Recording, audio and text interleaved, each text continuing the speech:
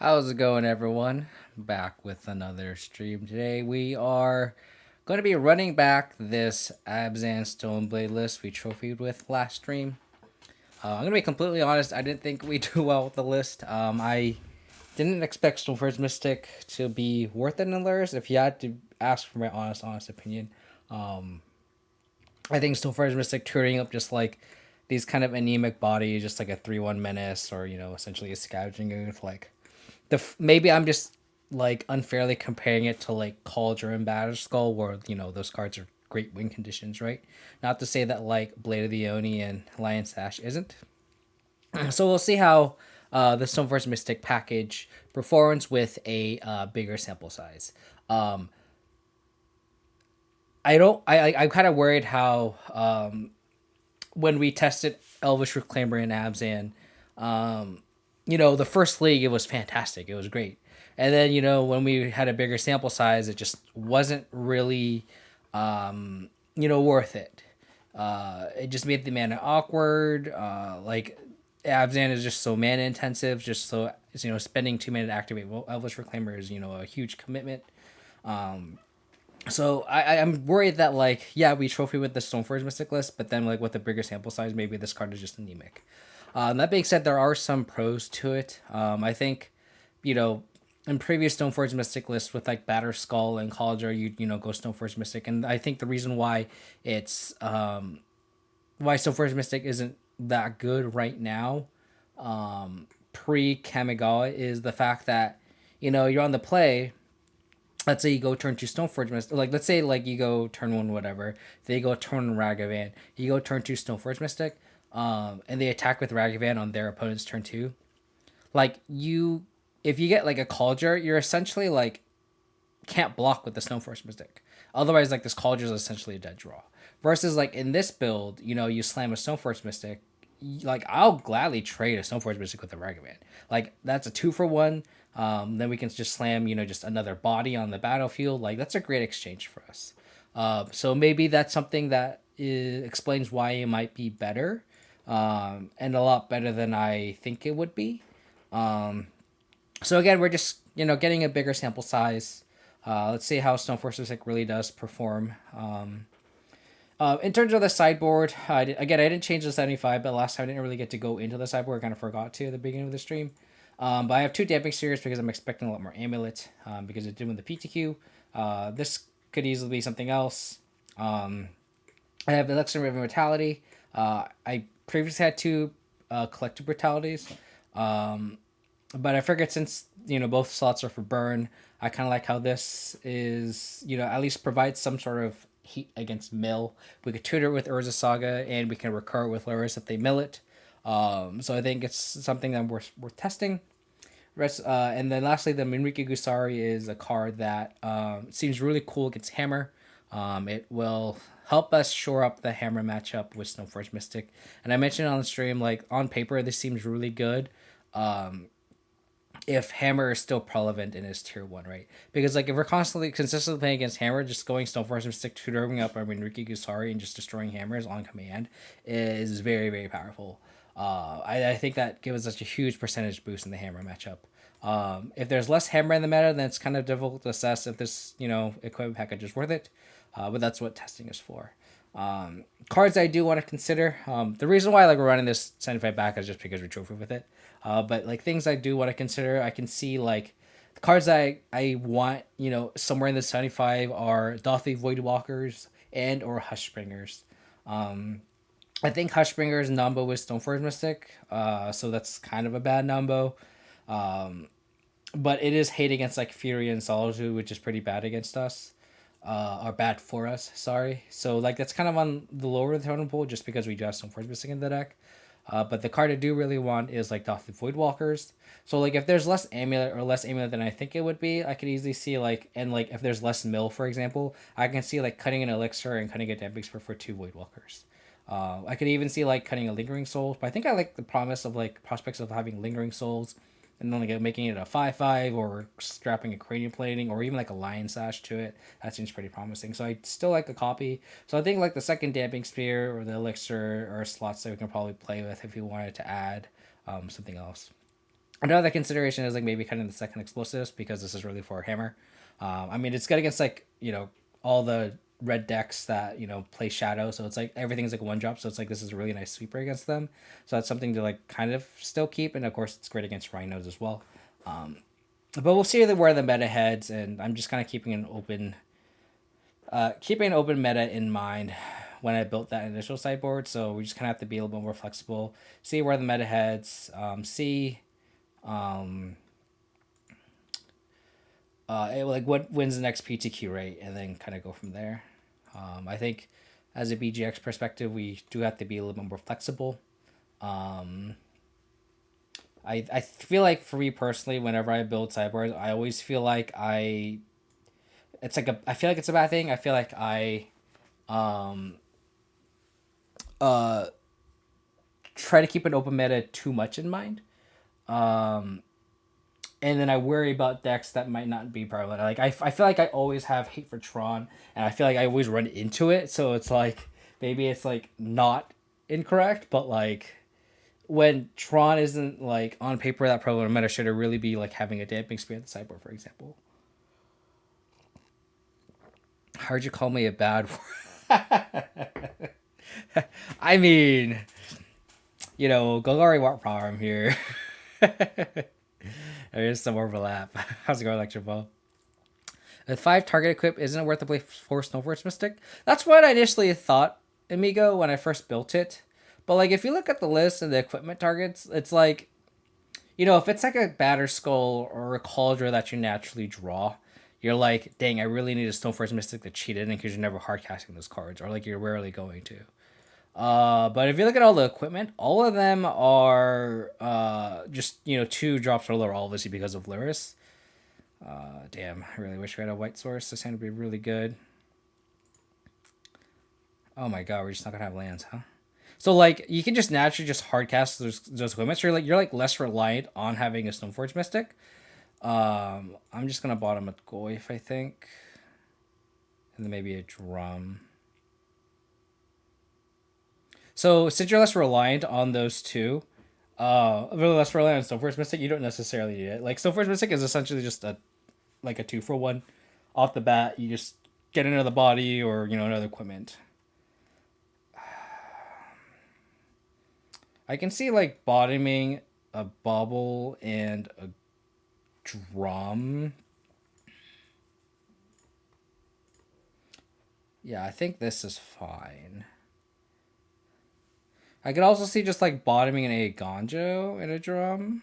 Or I could also see like bottoming the Bauble like this, and then we could go turn 1 Sentinel, turn 2 Drum, and then play Goyf off the Sentinel.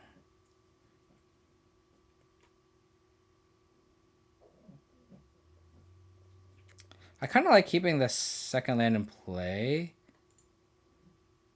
So maybe we go like this, and then we can get the Drum off the Saga. I feel like we're like less reliant on it. But I'm well going to 5 Hertz against a Kira deck, right? Whether it's control or whatever. Hopefully we draw a green source, we just slam Goyf.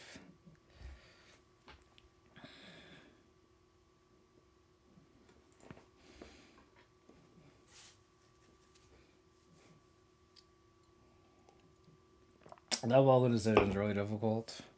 I feel like I didn't make the right one.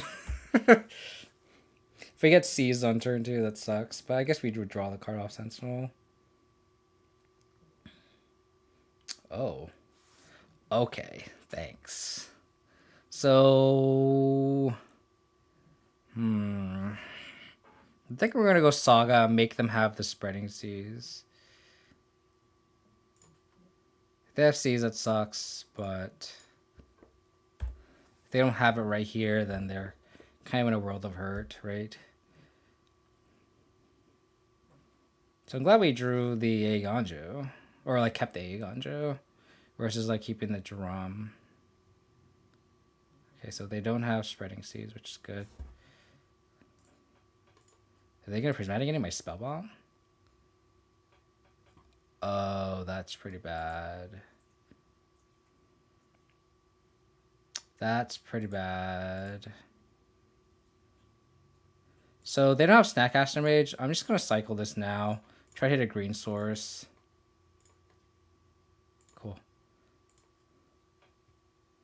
Because we really need to slam this Goyofon too, which I'm really glad we did. But our hand is so bad now, unfortunately. Oops.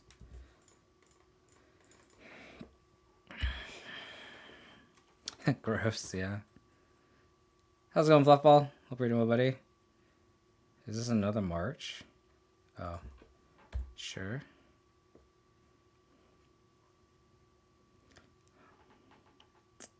Sentinel's a good draw. So let's cast a Sentinel first. Oh, they have Chalice. Actually, it's fine because we want to grow the Esper Sentinel anyway. So that's actually fine. Maybe it's better off putting Luris in hand. Maybe that should have been better. Fucking forgot about the Chalice. I'm so bad at this game. I'm so bad at this game. That March to kill our Saga really just fucked us.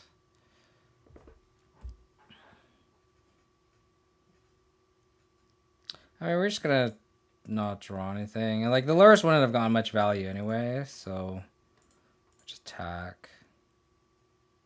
Oh no.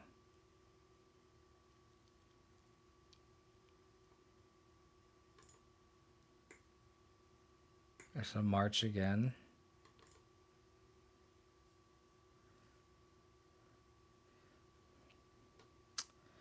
Yeah.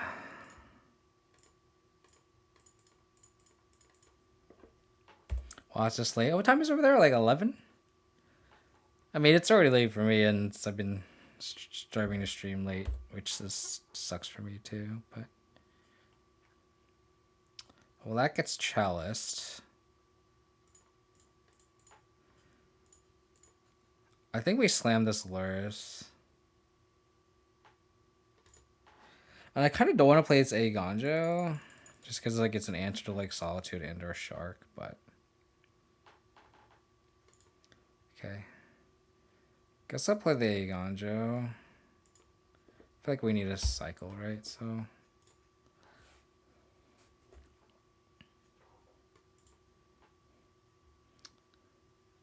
you can think of me silently judging.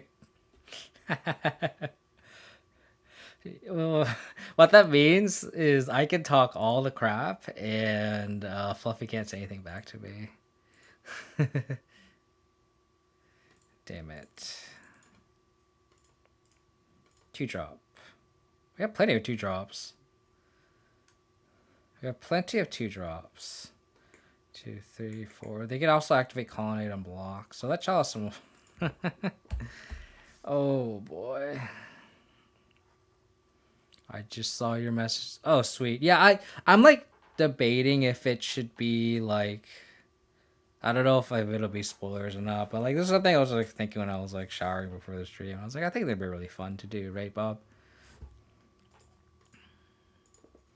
I'm hoping it would just be little to no commitment. Just just like an hour. Hopefully, it's not too much. I know everyone's busy, but we could touch base. Oh, we'll see if Sandy wants to do it. But if you're down, then like we can talk and then we can go from there. Yeah. Brutality seems good as a Solitude. I really wish we had like Hush Springers because it stops.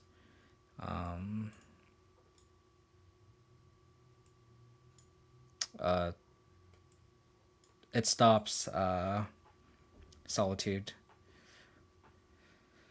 I don't think we want Portable Hole. Maybe we want the Liberator because it can destroy Chalice.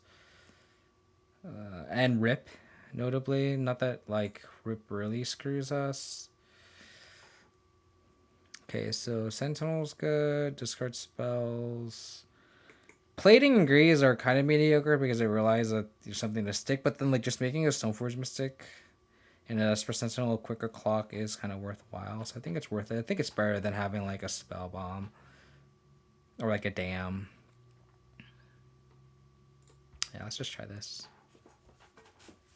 Yeah, let's touch space offline obviously. But if you're down, then like worst case scenario, like We have Abzan and Rock, and that's fine, right?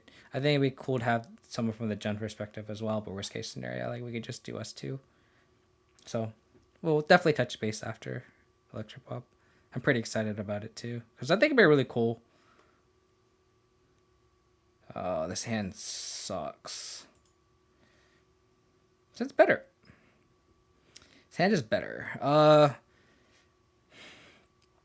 I really wish we could bobble ourselves here. I think we'll just bottom the land. We could also just bottom a bobble and just ensure we have the third land drop, so we can go like Lion Slash and Stoneforge Mystic. I think I get Blade with Stoneforge Mystic, just having another body.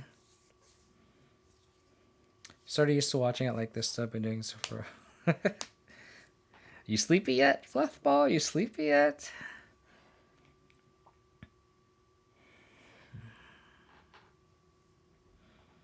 Man, these mulligan decisions have been tough right off the bat. I think the bottom will land. Like, we can operate off 2 mana. And I think we just bobble them.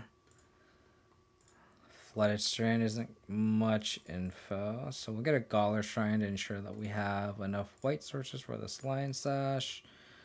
And we will Inquisition them. March, Mesmeric Spear. Okay, so we can probably ignore that. Probably just take the March. And I think we can just ignore the Rest in Peace. Yeah.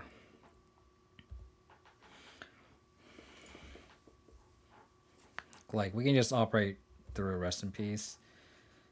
Like, our Tarmogoyf sucks, but then we can just, like, equip a Tarmogoyf with a Lion Slash, right? I guess Lion Slash becomes a lot weaker. So maybe I should have taken the Rip, but...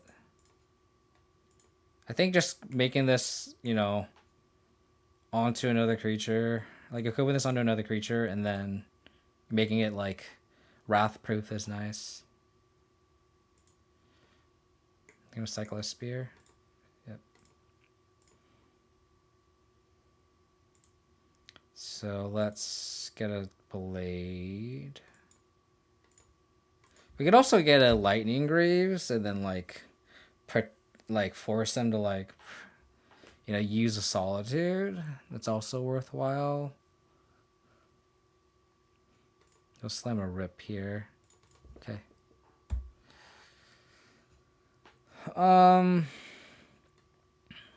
Drum plus Stoneforge Mystic is kind of awkward. So since Lion Sash doesn't do anything, so we'll go Swamp, get a Drum. So we can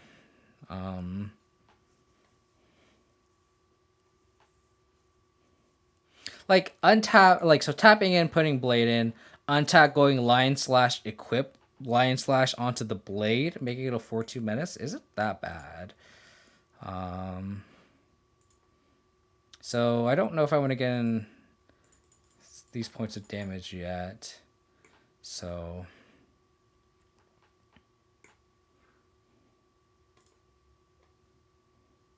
if they have like a Teferi, I don't mind just like flashing. Oh, Kihira. Interesting.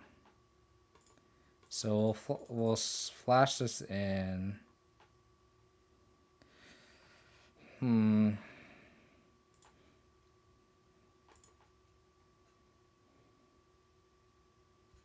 Tarmogoyf sucks.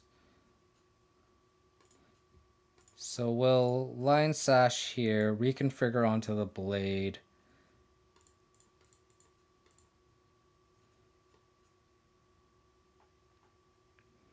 I guess would they Solitude here? I guess they would, huh? But it forces them to Solitude plus Kihira. Oh, they don't.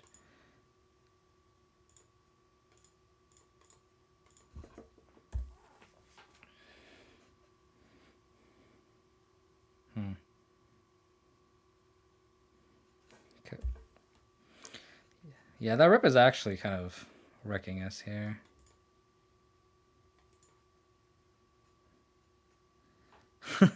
All equipment, huh? We'll go wide. How's it going, Roundsley? Thanks for the sub, buddy. Always appreciate your support. 19 months is a long time, huh? We saw Prismatic ending, so we're not like out of the loop yet, but I really wish that rip wasn't there. Yeah, maybe I should have just taken the rip knowing that we had this Lion Sash. So now they can Solitude.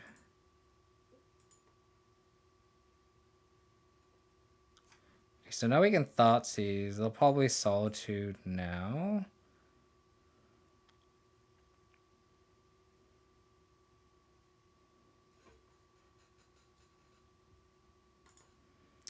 So if they Solitude the Blade, that really sucks. Maybe I should reconfigure the other way, but it's tough. That's tough.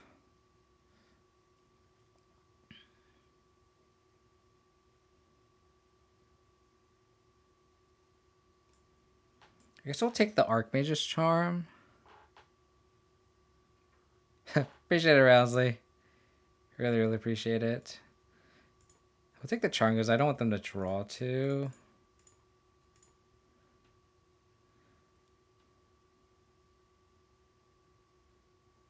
Oh, you know what's sick? We can tap this for mana. And then equip here. It doesn't really do anything, but it's kind of a cool play. Don't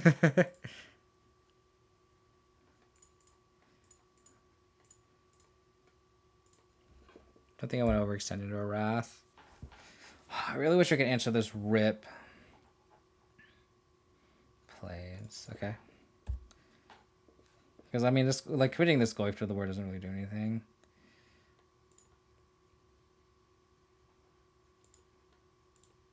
So we'll attack. But I don't think we're winning this game.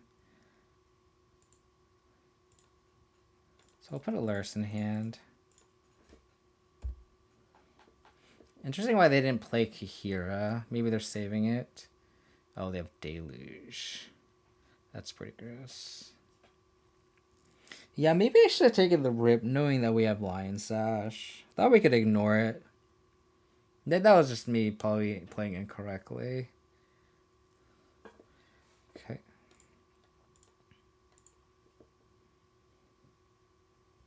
Lion Sash just strictly worked in Scoos? I don't know about that.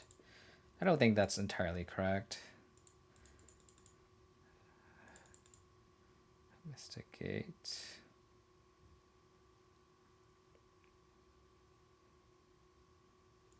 Okay.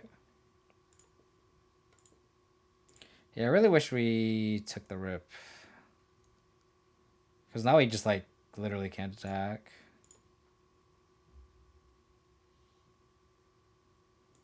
I mean, we take the counter spell.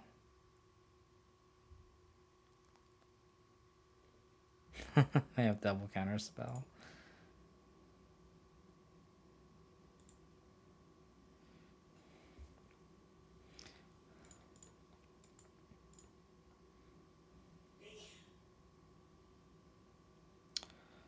I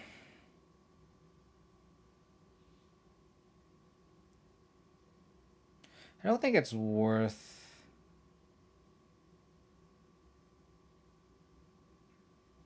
I don't think it's worth reconfiguring onto this Tarmogoyf.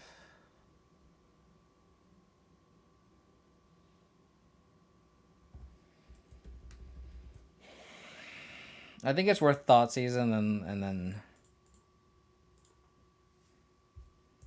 getting the Lurrus down. So maybe they'll like spend the Verdict here. Because we have either way, like maybe they'll counterspell this, which would be really good for us, and then we can Thoughtseize play Lurrus. Not so lucky.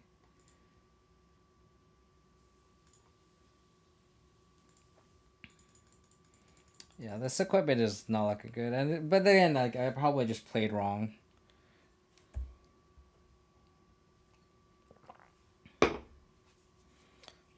Sentinel.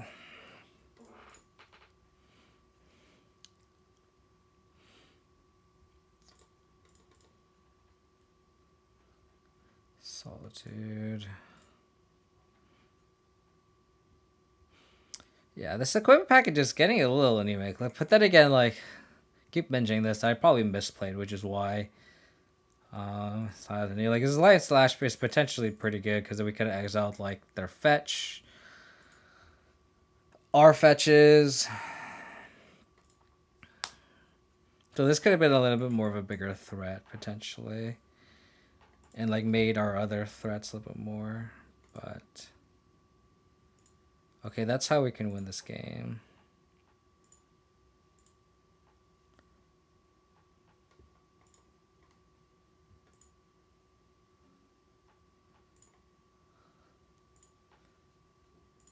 So we know they have. We know most of the cards in their hand.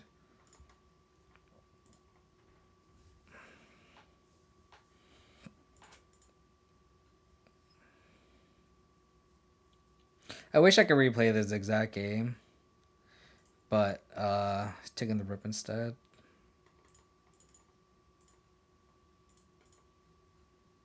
We couldn't even cast that turret. We don't have enough black sources. I guess we could have Thoughtseize first, but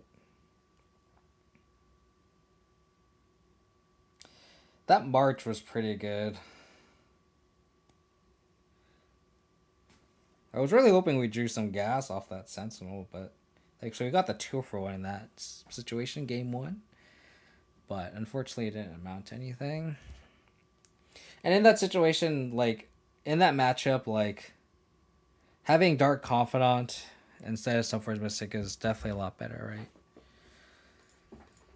Granted, like we definitely get the 2-for-1 right off the bat with Stoneforge Mystic. Like maybe the misplay I made was maybe I should have reconfigured the blade onto the Lion Slash. But I think that comes with just playing the deck more, right? So we're just trying to get more experience, and maybe that situation I definitely should have played a little bit better. I think I'm gonna mulligan this hand.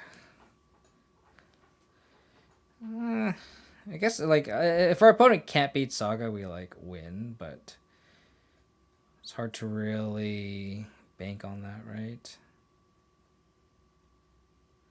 It's like it's a lot of fluff. It's a lot better. No black source though, but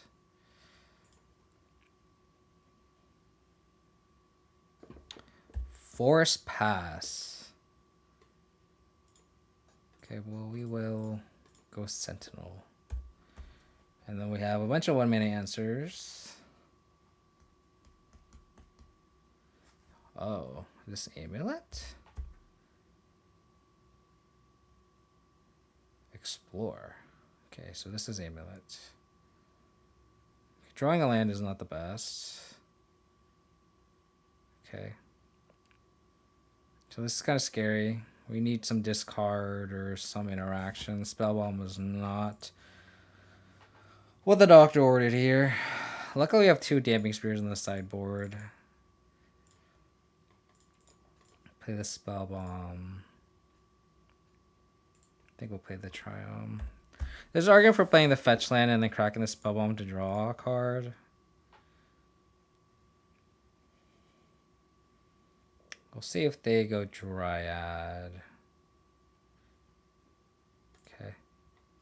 So we need... Okay. 1, 2, 3, 4, 5. So 1 land. So they have Titan next turn, potentially. We are just not drawing anything relevant here. Of course, Sentinel isn't that great in this matchup either, so...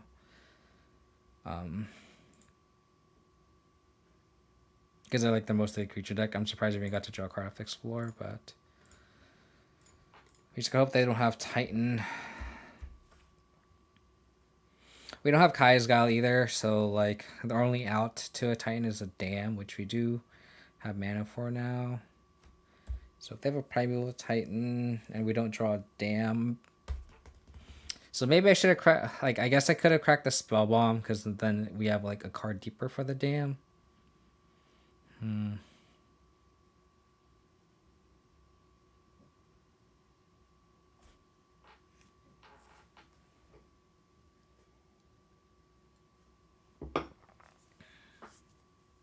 Tough to say.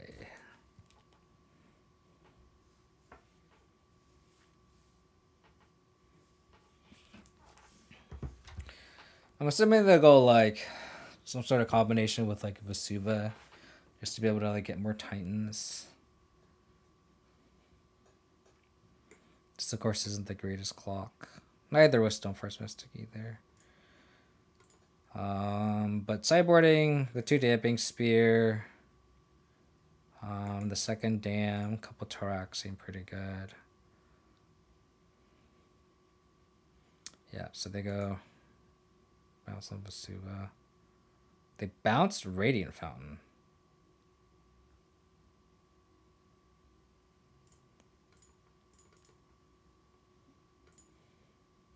Can't cycle a Spell Bomb and have mana for Dam, unfortunately. Okay.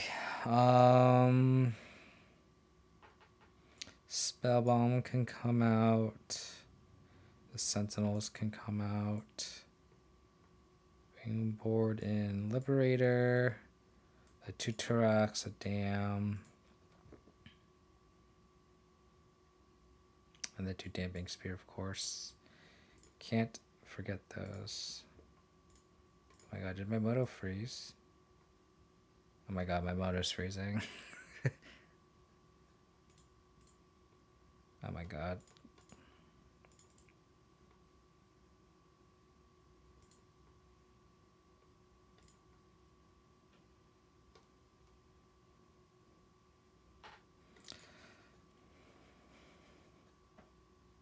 What is happening?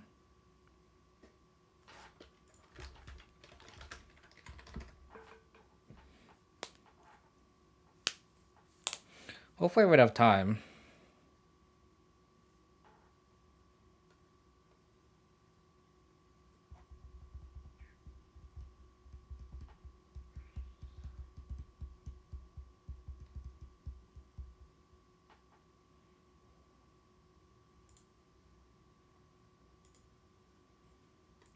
Okay.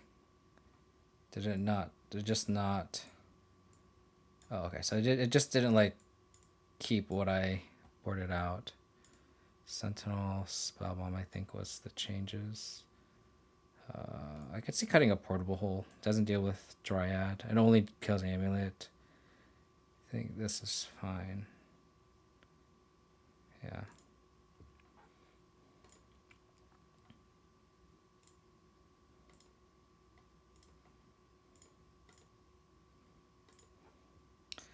Quality content. Quality content.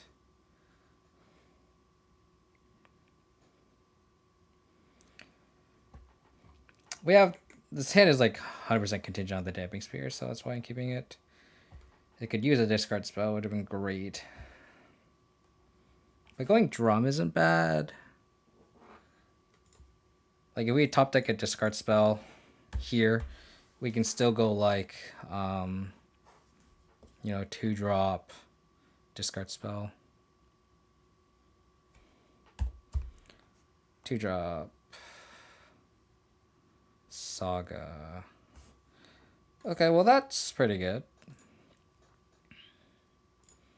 Don't force me, please. If they have force, I would cry, but I think we need to go for the high ceiling play in this matchup. Oh my god, they have it, huh? They have it. I would be so sad. That'll be like the second time our Saga just like insta dies. Oh my god.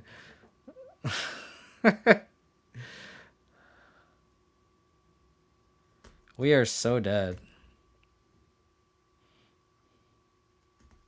These like the sagas this so far this league have been so detrimental. It's like ridiculous.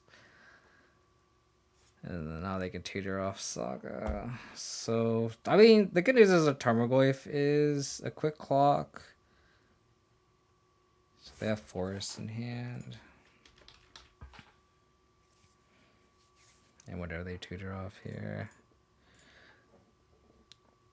The awful part is we're just not having discard spells to interact with our opponents on turn one.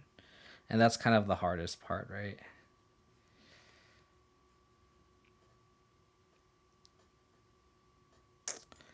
Okay.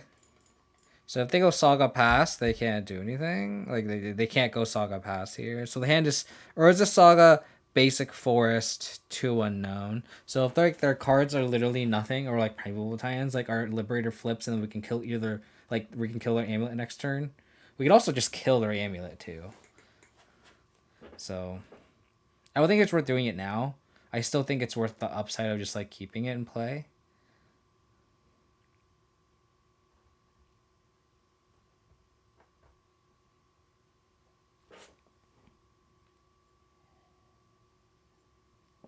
I really hope the hand is just nothing. And we just like destroy the Amulet. It's so good. Okay. Do they have a Dryad? I could theoretically sack this, but I'm gonna go for the upside play, I think.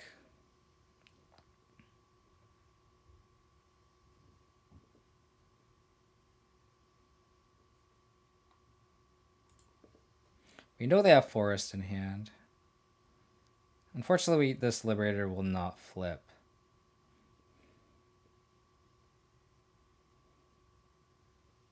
Kind of need a land. Okay.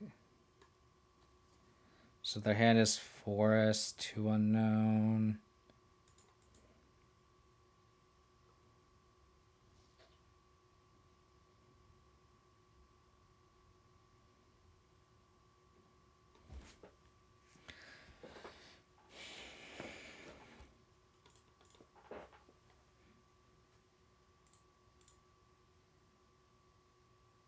Bounce Saga.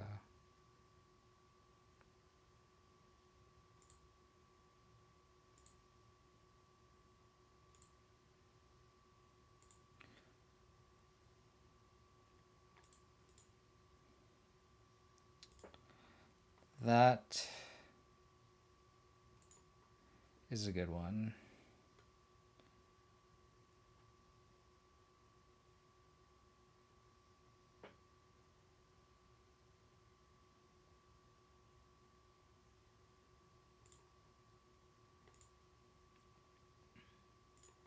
I'm gonna slam a Goyf here. Let's get the clock going. So hopefully they don't draw anything, and we can flip this Liberator. They could T-West, but it doesn't do anything. The Jun 5-0 tonight. Yeah. Again, we just hope they just drew a land. I'm just gonna cycle a T-West here. Okay.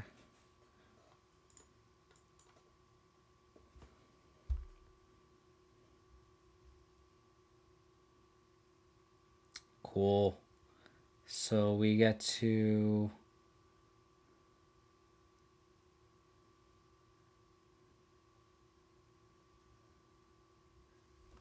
So we get to attack, kill the Amulet.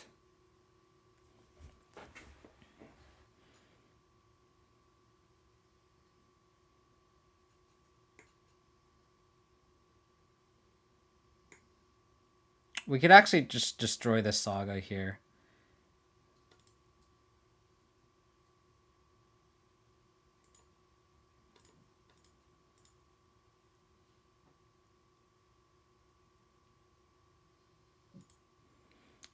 So destroy the Saga. They have Summoner's Pact, Forest, Misty Rainforest.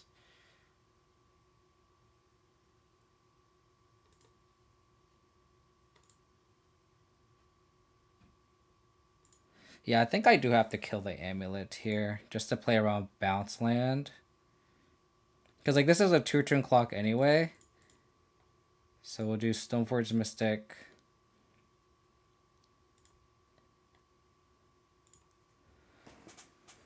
Doesn't matter what we get. I don't think it does. Usually you just get Blade because it's the quickest clock potentially. And it has Menace too. I don't know if that has amounts to anything. But we'll kill the Amulet here.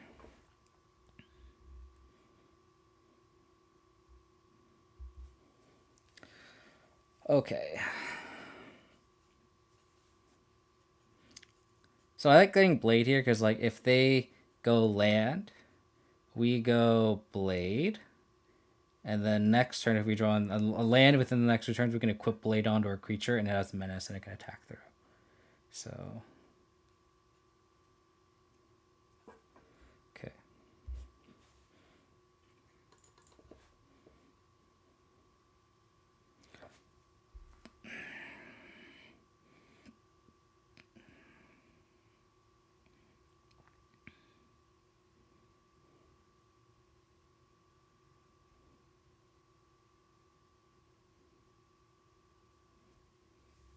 So I guess we attack, play Blade.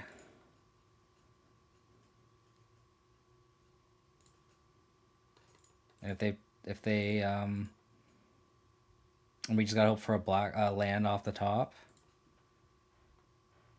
And then we can equip. We're also 1 damage short. Oh man, where are our lands? Oh no, they have Force? Oh.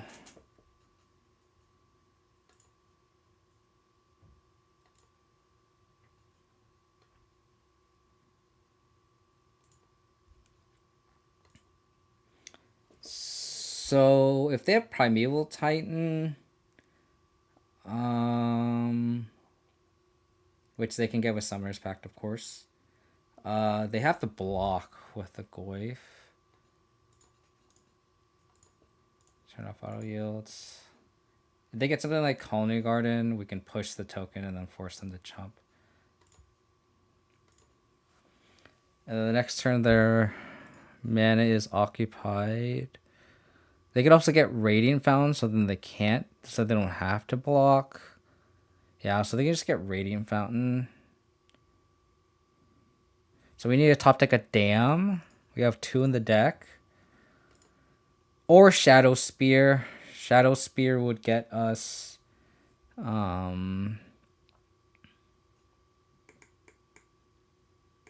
on top land, we could go Stoneforge Mystic. Yeah, we can go Stoneforge Mystic, get Shadow Spear,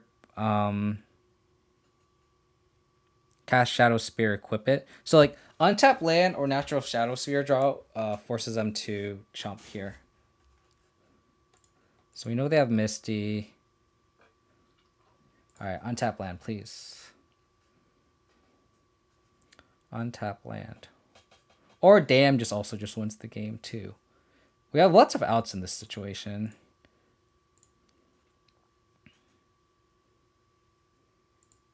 Untap land also just wins because then we can just go Lightning Greaves, Stoneforge Mystic attack.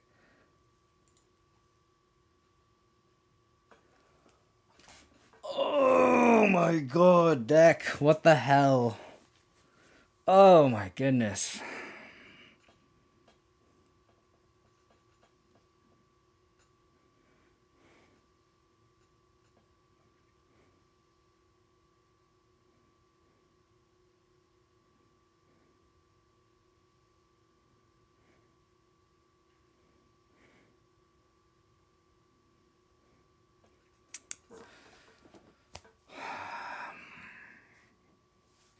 So we attack with a Goyf.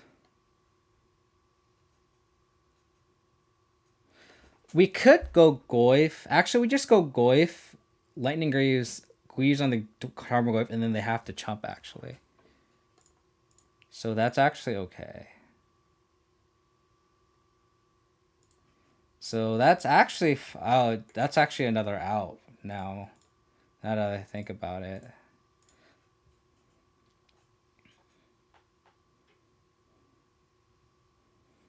Let me digest what's happening.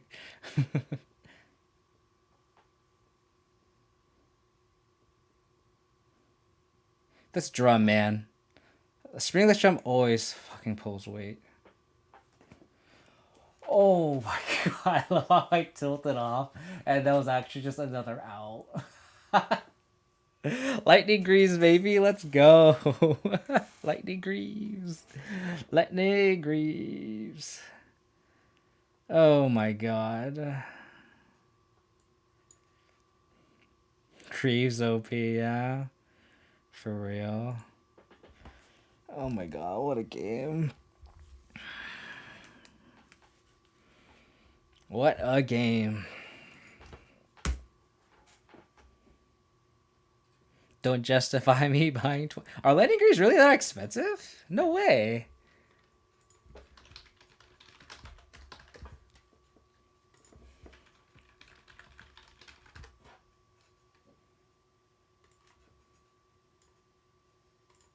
These are cool art.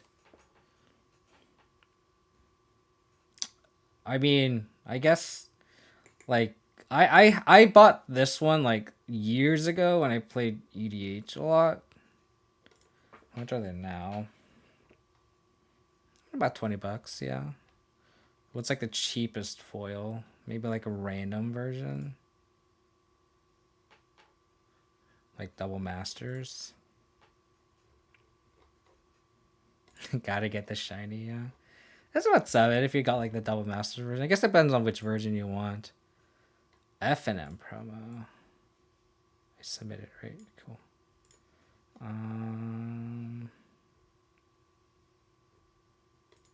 Oh, it's about 12. This is cool too. The art on Lightning Greaves is pretty cool. All of them. I really like the dog one though. Double Masters garbage. I don't know. Like depends on which one you have, right?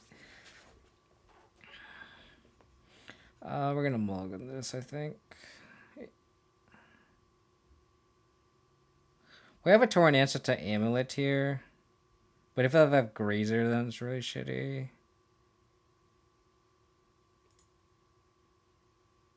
Okay, we'll have to keep that now. Probably just bought him a drum.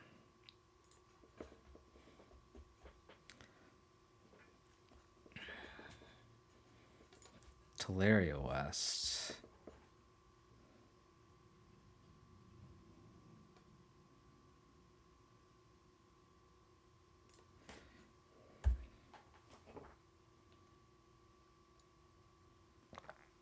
It sucks if they go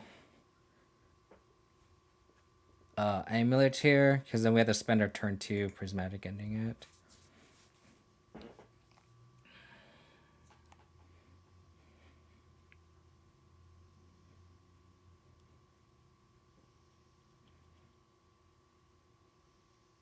So after we got totally got by Force of Rigor, we somehow won that game, which is insane.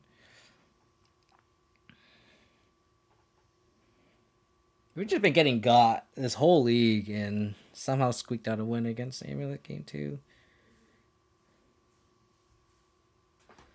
There's a Saga shit.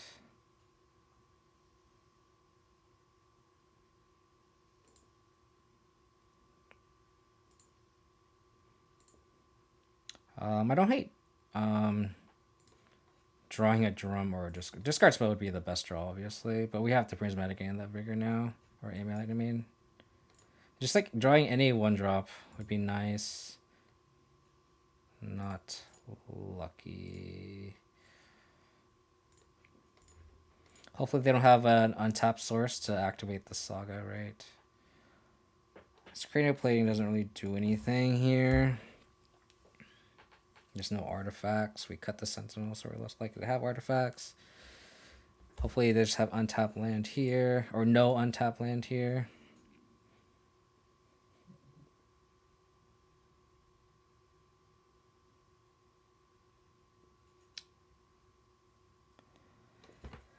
They just had everything.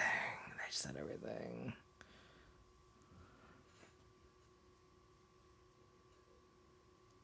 bounce Teleria West.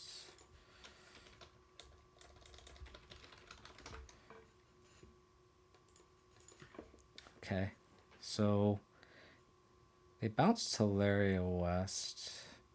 They played Teleria West.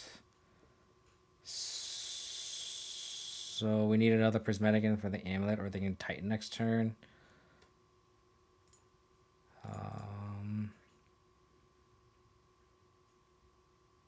So we'll go Gala Shrine. Push this. They have double Amulet, which is like, we're just fucked, but we just gotta kill them before they draw Titan, I guess. I mean, they played the Teleria West, so I guess it like if they make a construct here, that means they just don't have anything, and the construct would be a 3/3. I guess they go Amulet, yeah. So then, like, if they had a bounce land and they made a construct here, like they wouldn't have 6 mana for Titan. So like, if they activate this or not, really showcases if they have Titan or not.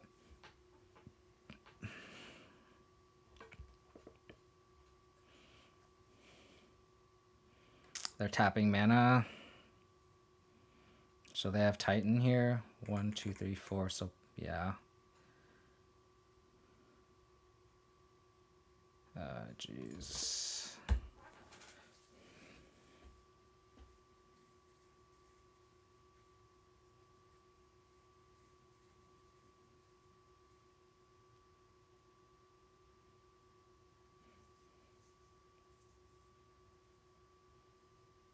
Wait, the players of Magic players lose. That's a little, the math's a little off, you know, when there's draws, you know. The math's a little off there.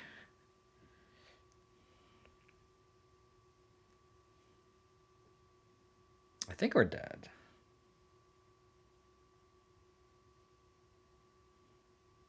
Show me the haste. We can't even like.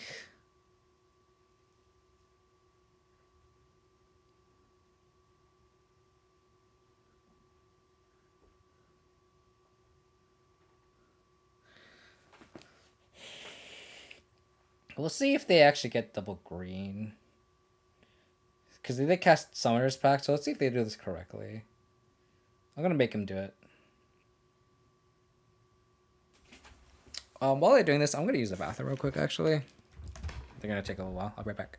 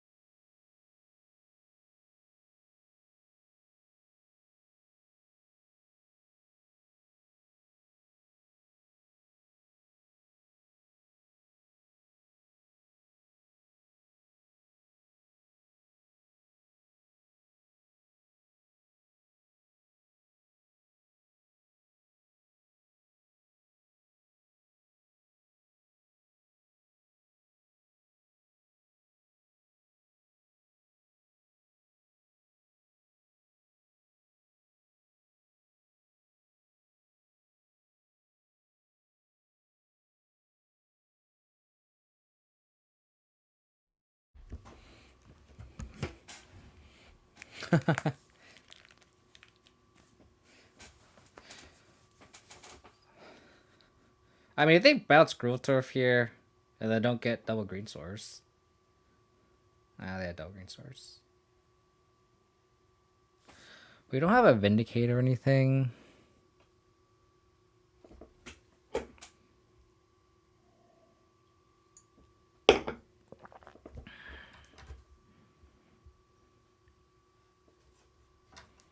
Grazer.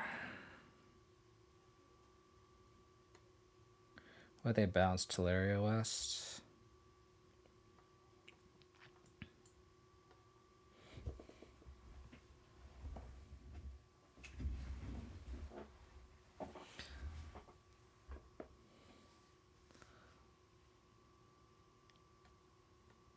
Do they have another Titan? They should have the win here.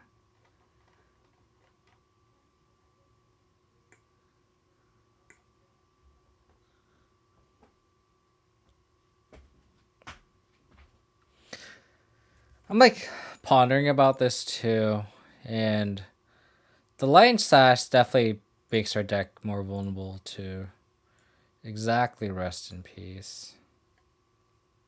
Oh, my thing all reset because of Moto freezing on us.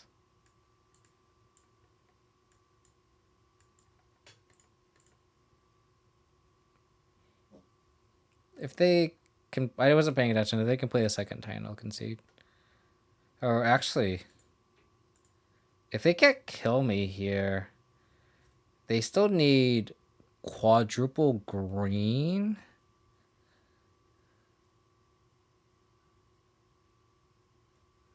Oh, they play Dryad. If they can't kill us, and if we untap, we draw Dam, and then we have green, we win because of Summoner's Pact. So like, it's actually worth. Like, we're actually kind of incentivized to play this out. I mean, they'll probably get another green source off this tribal time when they attack, but let's make them do it.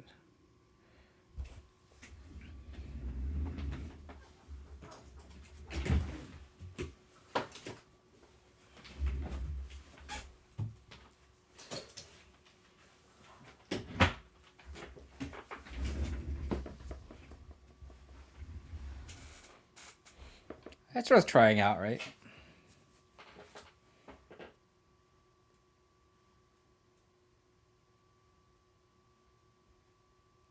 I mean, like, I'm not saying I disagree with you. It's worth trying out, but like, there's an argument for this package because, like, if you go turn 2 Stoneforge Mystic and your opponent went turn 1 Ragavan, like, if you have a Cauldra, you kind of you have to like trade, right? 1, 2, 3, 4, 5. Yeah, so they have.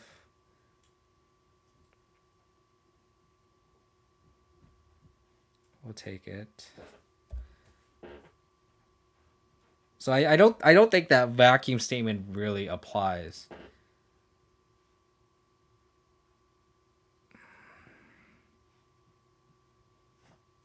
If we had drawn a removal spell, 1, 2. If we had drawn Damping Spear, we would have won the game.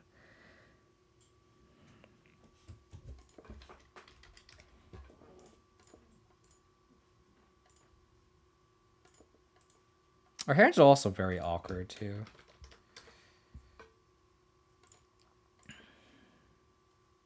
It just means I just have to redo it.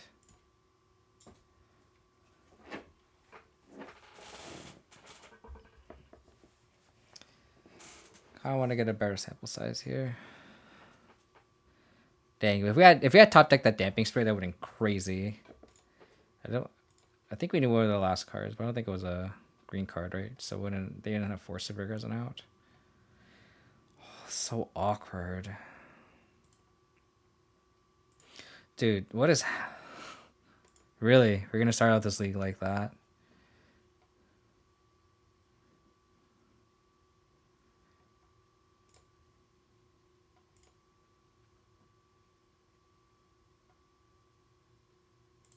I think we have to hope for their land.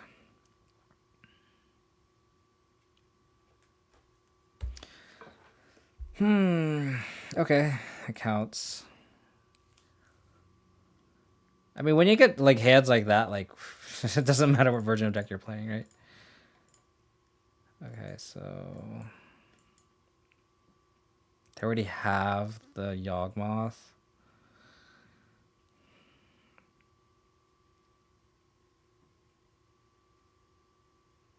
Take the cord. We really miss Hushbringer and Dothy Voidwalker here, unfortunately. Like, this Stoneforge specific package doesn't really do anything against this deck.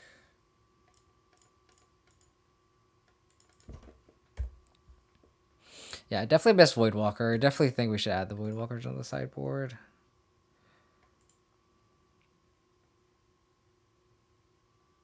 Lion Sash is nice.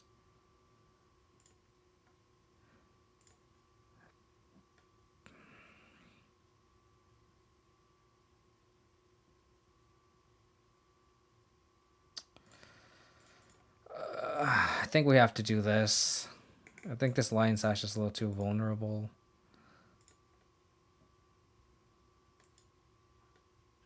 So just get the. I think we have to get the Greaves and then protect it.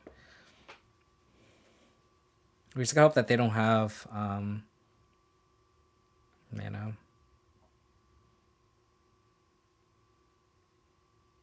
I think this game is over. I think this game is over.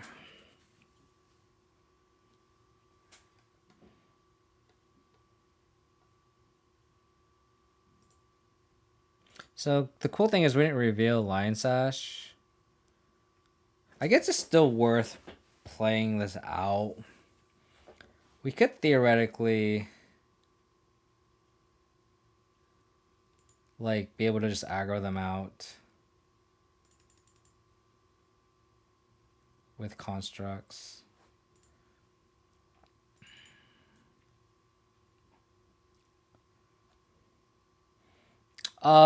So if you're familiar with the version I played before Kamigawa Lord Michael, where I had like Dark Confidants and Void Walkers and Kaya's Giles instead of the Stoneblade Mystic package, I can see playing 2-3 Lion Slashes over the Void Walkers.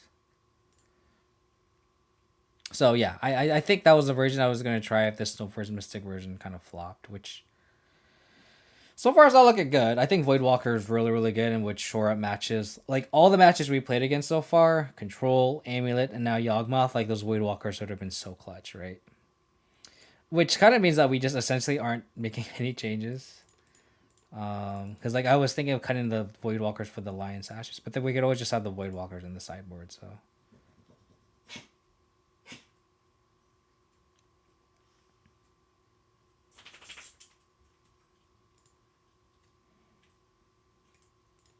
We're dead.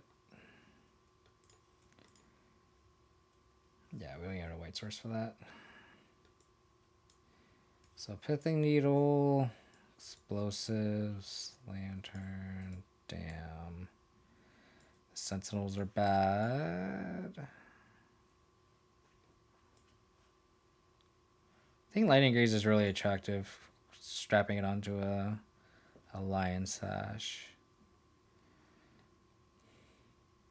I think we can burn out the hole. It doesn't answer the permanents we actually care about. Like, it doesn't answer Yawgmoth or Grist. Like, it does answer a Dork on one, but, like, I don't think it's worth wasting a slot for it. I think it's worthwhile having a plating.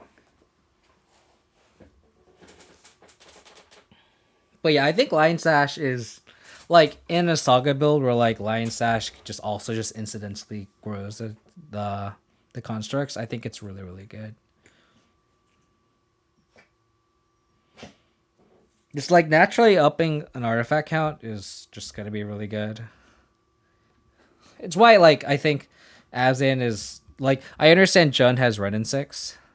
So like quote unquote it's a better saga deck because you can recur it, but like in a vacuum, like when you're like in the mid game where you're like trying to grind each other out, like making constructs that are like 3/3s and 4/4s are much better than like Jund Saga where they make like 1/1s and 2/2s. Like it's like the Jund like I feel like in Jund it's like almost always correct to like not making construct because like you're better off like utilizing mana elsewhere because like spending 3 mana to make a 1/1 isn't that great. But like when you're playing this deck where you're like paying 3 mana and you're like making like a 3/3, like it's actually worth your mana investment to activate Saga in Abzan.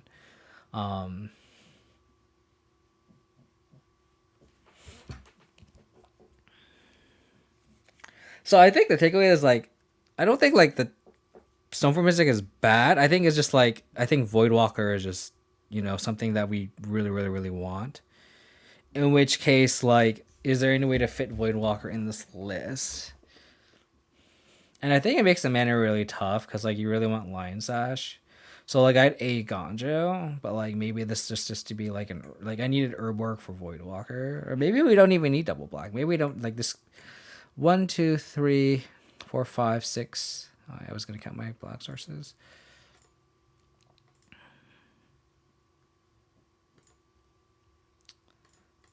1, 5 or 4. Damn it! I want to count my black sources, Meadow. Oh, we're going to. Let's get a Godlike Shrine. Or sorry, no, Triumph.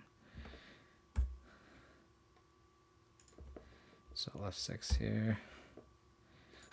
Lance. 1, 2, 3, 4, 5, 6, 7, 8, 9, 10, 11, 12, 16. Yeah, we really want a 17th black source for the Void Walker if we're going to play it. I think we Prismatic Ending the Hierarch here. Especially because they went Forest.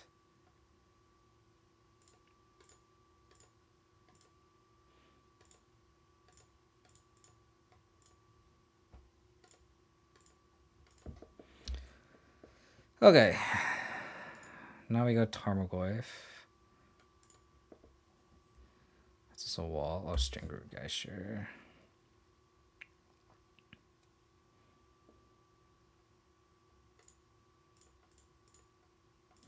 So that's pretty good.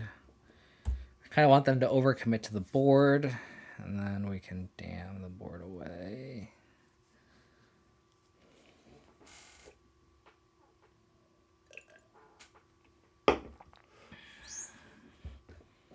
And then, like, sacrifice this Lantern if they have a bunch of Undying creatures.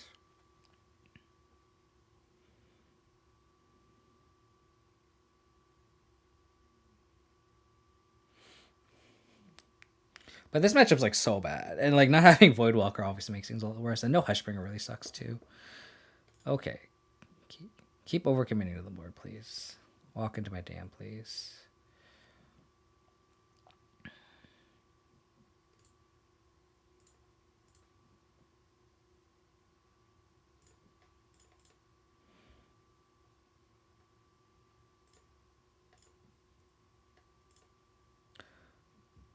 I'm going to put Luris in hand.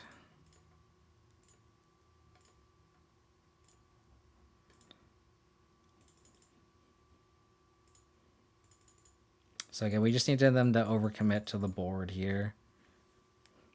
Do I think it's all good ban? I don't think so. Brand Soup. There's just so much hate for it. Like, the first match we played against, like, they played, like, March and they just, like, one master. And so, like, there's a decent amount of hate that just, like, gets Saga. Forest Sevigor always tops it already, so it's like...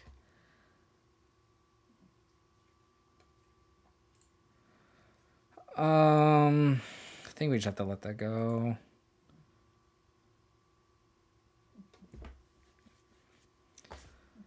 Damn.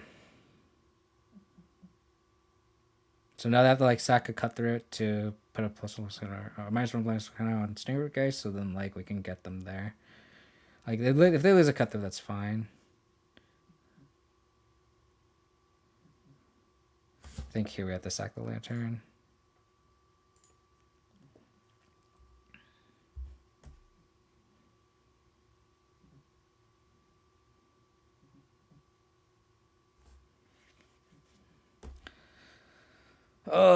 So this Yawgmoth, like, essentially draws 2 cards.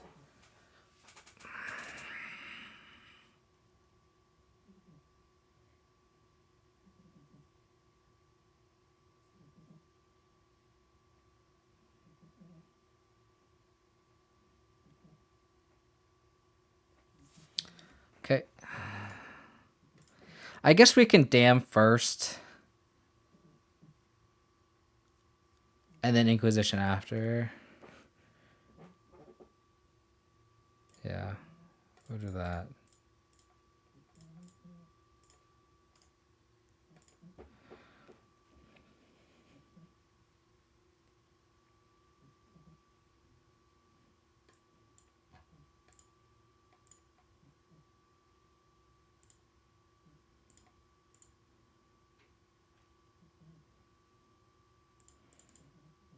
I mean, hopefully they just have duds, but that's really unlikely. They're going to draw like 3 cards.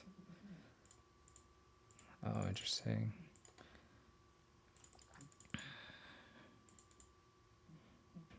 If they somehow have nothing, we can go Lure Springback Tarmogoyf or Lure Springback Lantern. I doubt it. Okay.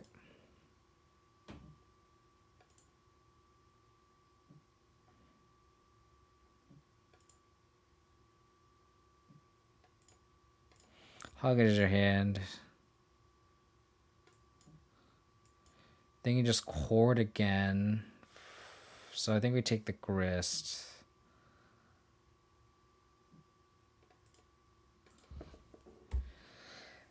We really need like a Pithing Needle off the top.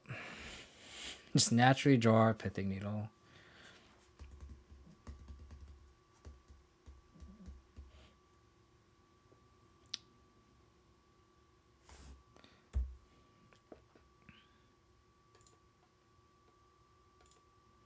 One, two, three, four, five, six. So they can't Chord yet. So if we EE for 2 and crack it, we deal with most of the board. They can't. They could Chord for a Grist, which is what they're considering here, which I think is pretty good. 1, 2, 3, 4, 5, 6. They can actually just Chord for Yawgmoth now.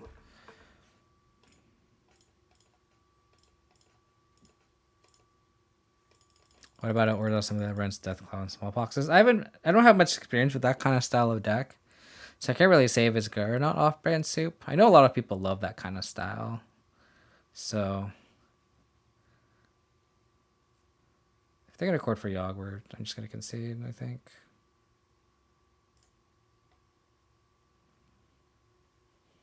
So I can't really say if it's like well positioned or not, right? Like, unfortunate. Definitely missing my Voidwalkers and Hushbringers.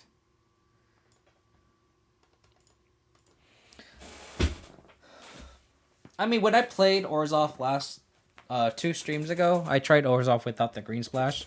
It was okay. I just really missed Tarmogoyf. I essentially just had Tideholder Sculler, so it's a very different deck than like Death Cloud and Smallpoxes. So yeah, I think next stream I'm gonna try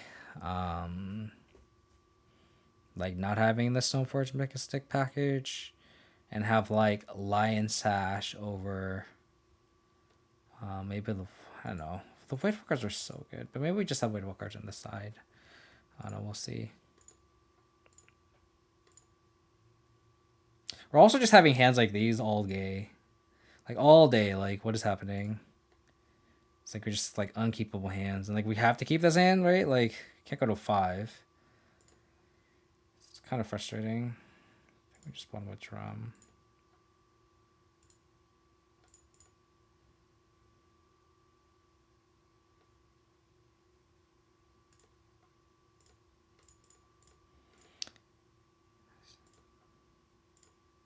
Okay, well we take monkey. Like all her hands are just been just like no landers or just like kind of bad variants, and it's like it's difficult to assess like if it if a card is good or not like when we just have hands like these, thank you for that. I really appreciate it and contributing to chat. But it's like frustrating when you have days like these when you're like wanting to test and get more data, right? I think we want to save that. Do I want to play around Blood Moon?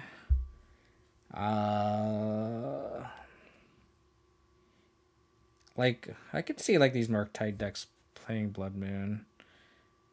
So I'm surprised I'm not expressive considerationing here. Expressive iterationing here.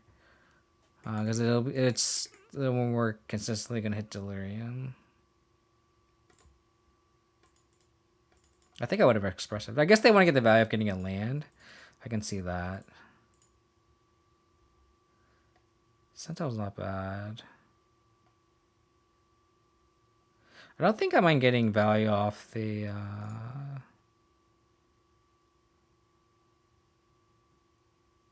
No, let's go Sentinel here. I was like thinking maybe we want to get value off the Sentinel. But like we can go this and then equip. So do you think Bishop's Wall get banned because next deck I want to build a Grixis deck? I don't think so. Like the Bishop's Wall doesn't really like enable anything too broken. Like I feel like if Bishop's Wall was the problem, I think I think there's bigger issues at hand, right? I think we'll get Swamp here. I don't want to get got by Blood Moon.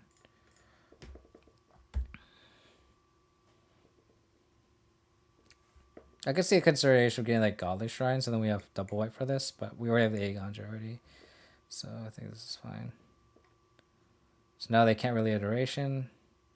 I guess they could, but like then we get to draw a card. That's exactly what we want to do. They're gonna Murktide here. Which is perfectly fine. Okay.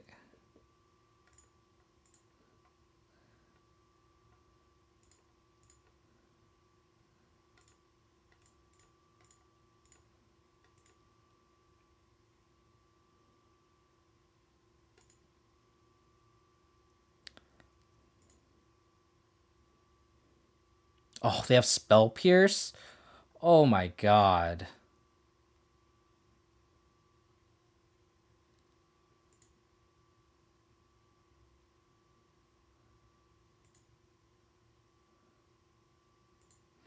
Oh, I could have played the Aegonjo. Oh, I'm so bad at this game.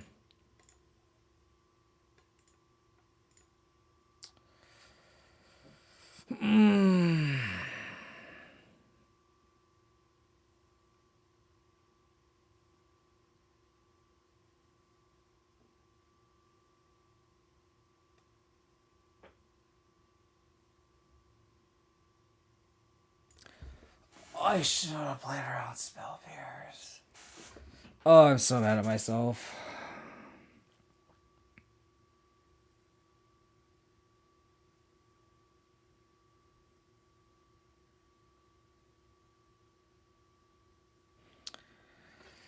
Just one of those.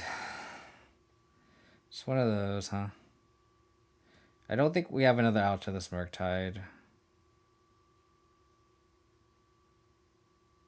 So now they express the iteration next turn. We could theoretically try to race. So I think I think of plating. So the next turn we can go Fatal Push to Darcy, Cranial Plating, Equip Cranial Plating, Attack. Gain 5. So we go to 7, go back up to 12, go to 4, go back up to 9. So like we can theoretically win this race.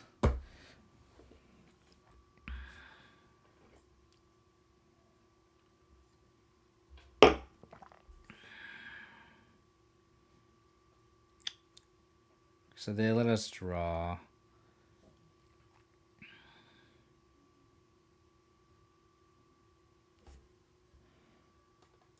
I'm so mad at myself. I should have known to play around Spell Pierce.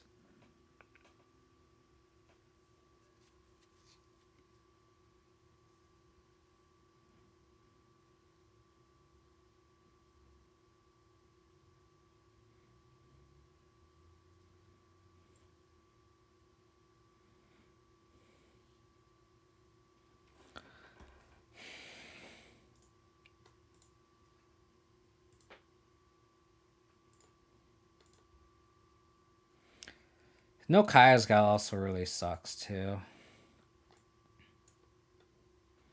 Lingering Soul seems okay. I don't know if I really want the Lantern. I guess it's worth considering. Dude, my Bodo is like consistently freezing.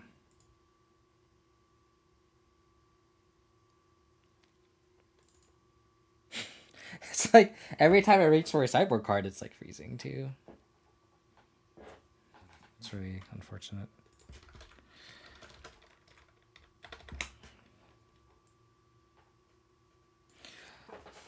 I guess we board out plating.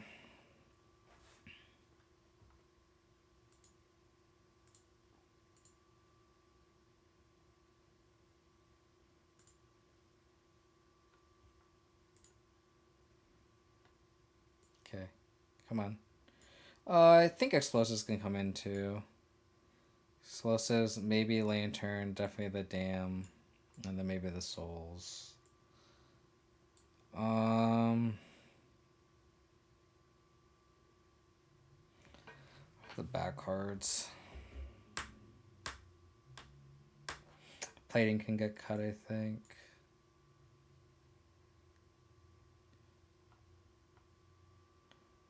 Maybe we don't want the lantern.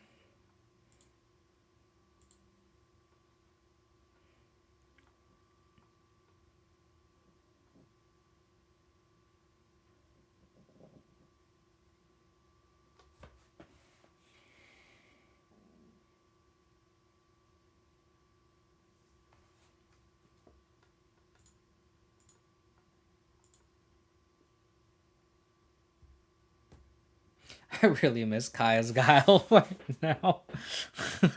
Like, I wish I could just cut the whole Stoneforge Mystic package and just, like, swap out the cards that I had previously.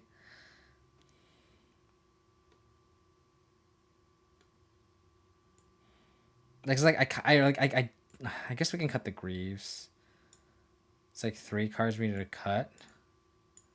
Can I cut just these? And then board in...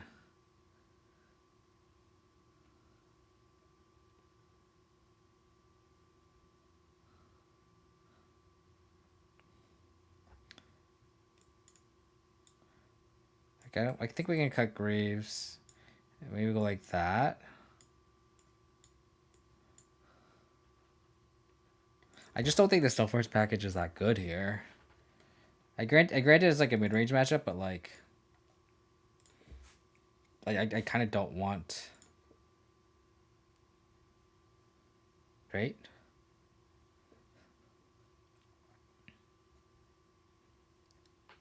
It's tough. Really tough. So we're gonna get an Overgrown Tomb here. We lose the Blood Moon. But I think we have to lean on this Saga to win this game, so we'll get Overgrown Tomb, and then we can go Goyf Saga next turn.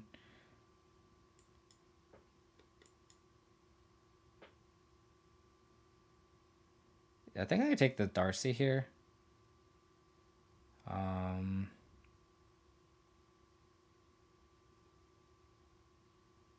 We could theoretically Prismatic ending it, but then like they just go Darcy, we go Goyf, and they just like get all the value off like Synchronicity and like, so I think I like just taking the Darcy here. How's it going, Bokai?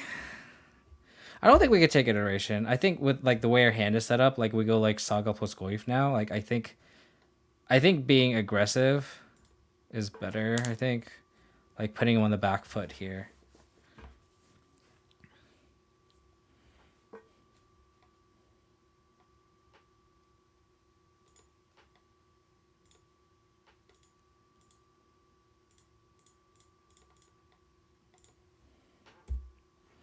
Granted, like they can Unholy Heat, but they do need a fetch though. I don't think I can check this. So they could consider a land. They bin an Unholy Heat. It's kind of huge for us here. Oh, they drew the fetch. Fuck.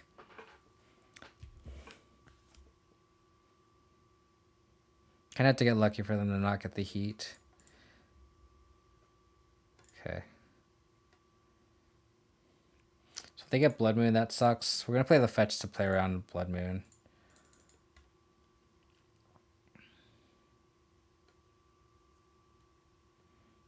They're going to expressive here. Okay. Hopefully they don't draw their dress downs.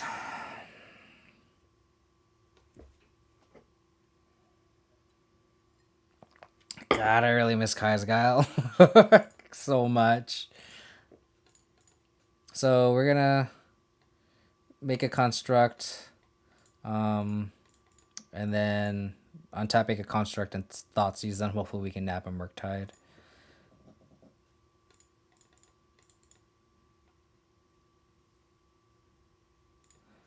I think we got Spell Bomb.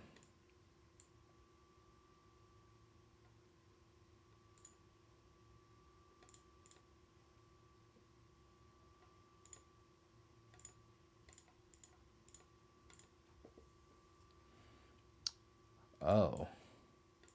Can we just take the explosives? I guess you could argue for cracking Spell Bomb now. I think I want to wait. I think getting these constructs out of bolt range is kind of nice. I guess we'll see.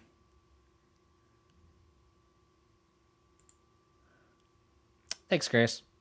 Appreciate it. I think we're going to want these to stay 4s. Just to get them out of bolt range.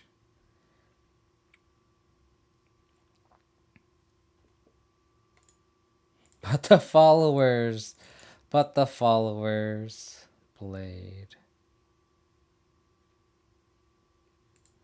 Let's attack first.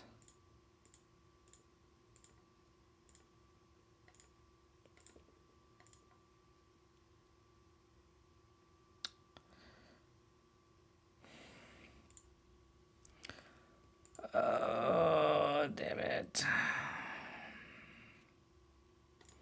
So let's play Blade here. Let's bobble them, I guess. Just to see what they're going to draw. Expressive Reiteration, fuck. See if this needs a counter spell. And then after we're going to Spellbomb them. Huh.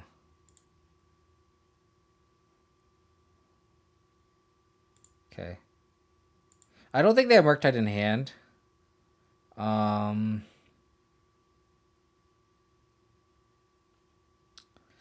should have cracked the Spellbomb on my turn.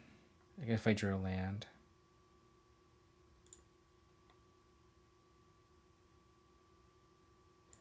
Yeah, I think I have to crack this now. If I draw a land, I'm gonna be really upset. We just have a lot of answers that are not Murktide. Okay, we have a lot of answers to non-Murktide threats. So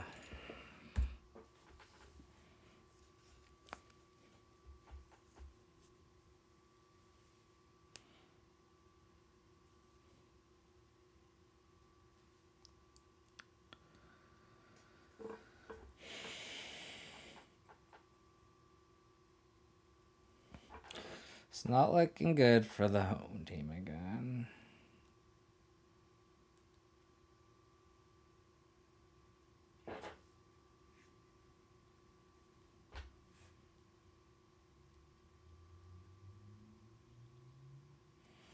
Okay, so that's the land we did not know about. So they have Counterspell up and nothing else.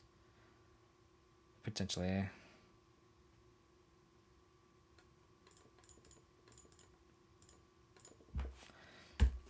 We were very far off casting this Luris.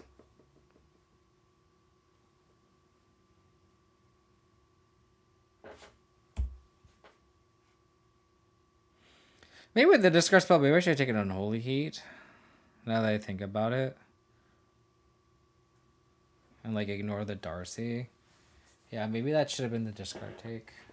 I think I'm just not taking the right cards with the discard spells this league. Or the stream. Texas Tough, thank you for the follow. Really appreciate it. Yeah, I think this league, the summary is just me not taking the correct cards with the discard spells. I think I'm just improperly assessing a lot of these board states. So if they have Murktide here... Oh, okay.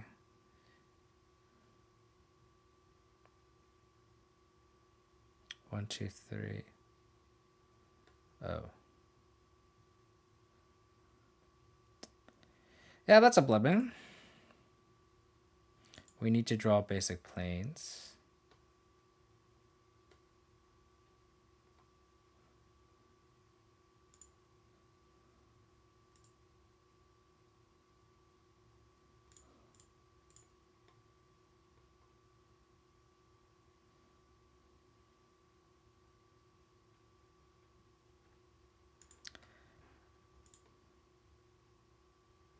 Oh, God.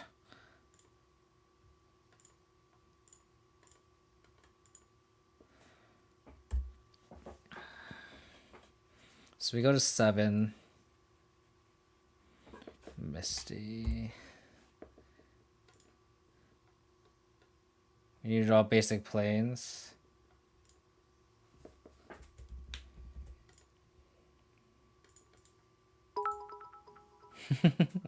Thanks for the biddies, Texas Toff. Really appreciate it. Thank you for your support. As I just get crushed all stream.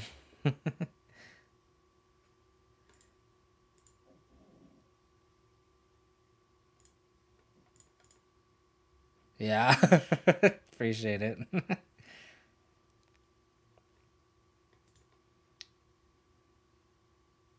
5.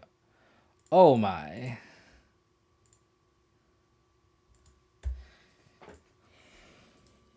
I don't know what else we have to that with counterspell up. Wow. Can't win a game, huh?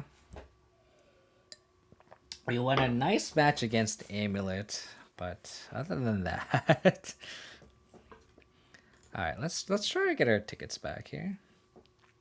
If I lose this next match, I might call the stream here. Because clearly, like, nothing we can do. Which we're on the play, as with every match of Magic, right? But going turn 1 Sentinel is kind of nice. Seems chill so far. Yeah, I try to keep my streams pretty chill, right? It's kind of the goal. Kind of the goal. I have a feeling that Sentinel is not that good in this matchup. Portable Hole was a great draw.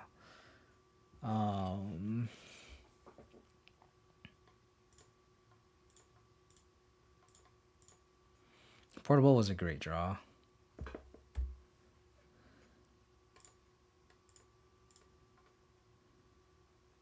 Because next turn we can go Inquisition plus Sentinel now. Slow them down. And then follow up with Goyf. Mismatching Carpals and Forests are kind of cool.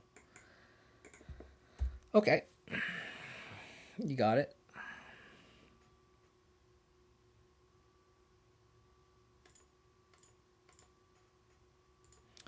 Let's Inquisition.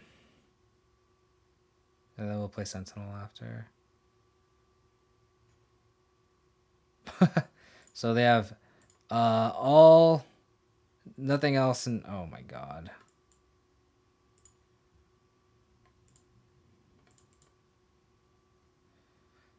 Double Smasher,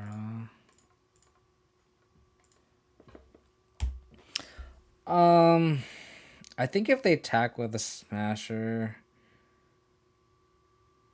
the Noble Hierarch's so good. Because now this Tarmogoyf can't chump either. Oh my god, we're gonna get destroyed here.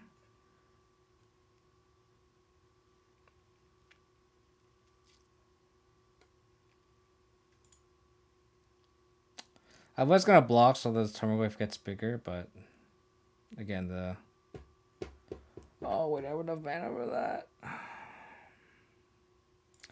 Back with Smashers, brutal. Just got fucking bodied. He's got bodied. Oh my god. We don't need the Spell Bomb. I don't think we want Lion Sash either. The Sentinels also seem very poor. We want Lingering Souls, maybe a Liberator. Yeah. I agree with you, Texas Toff. I agree. I think maybe we want Pithing Needle. It's actually, no, it's just, they don't have like card or anything, right? It's just Thought Seers and Reality Smashers. I don't think Damping Sphere is worth it either. Maybe we just want Lion Sash just because it can get bigger, I guess. I don't think the Liberator has anything. Okay.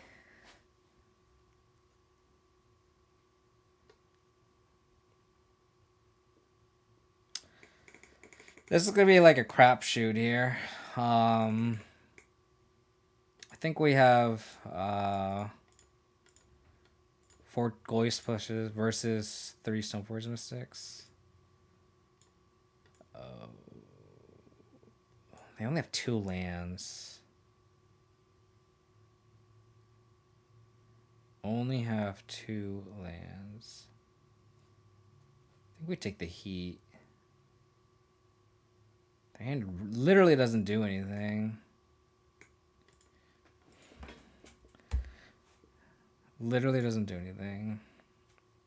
So they just take their own interactive spell. This essentially costs 5.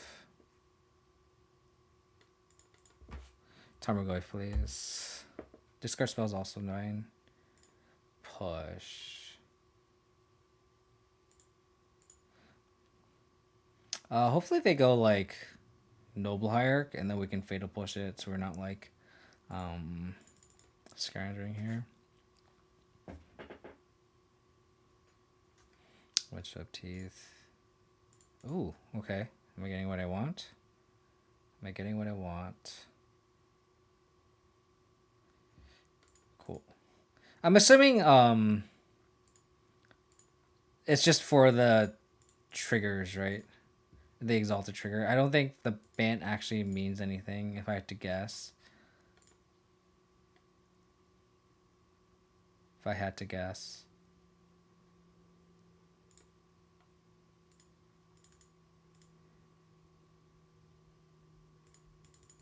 So they could cast a Spellbreaker.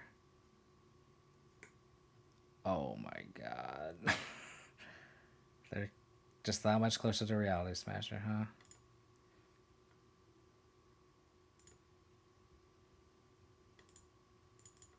Okay.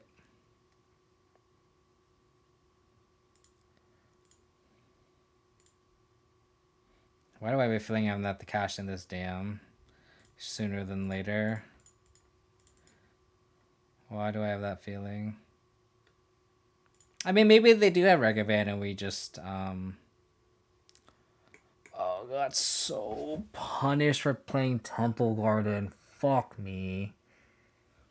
Oh my gosh. I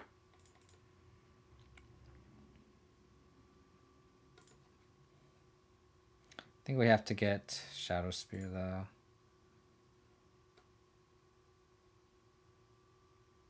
I'm getting so punished. Oh, probably. I mean, it's hard to like. I haven't seen these lists with. Oh, I guess did I see with? I haven't seen it with Spellbreaker though. I have seen the list with Bloodbraid Elf, so it's interesting. Bloodbraid Elf.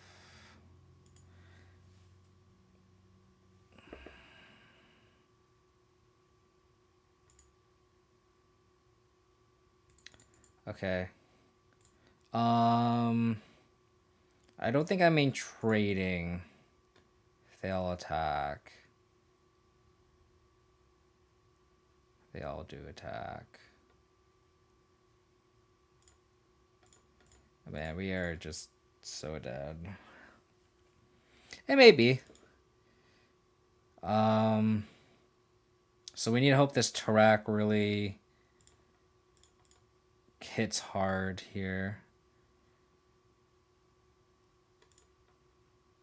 And I probably end up have to dam the board anyway.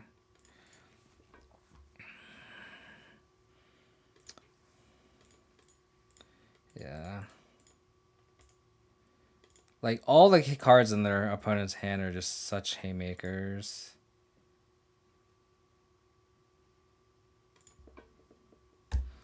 So we know that they have a Reality Smasher in hand, which sucks.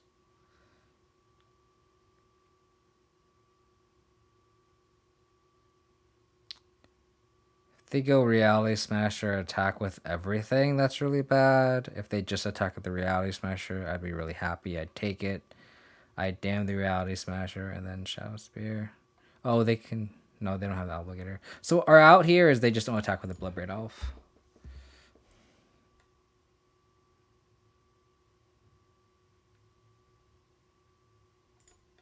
They attack with the Bloodbraid Elf. If we block here for... Actually, if we block here, 1, 2, 3, 4, 5. It's the same, actually. It's actually the same. So we go to 1. So now we damn the Reality Smasher. Ooh, Tarmogoyf's a great draw. Oh, that's such a good draw. So we'll discard the plating.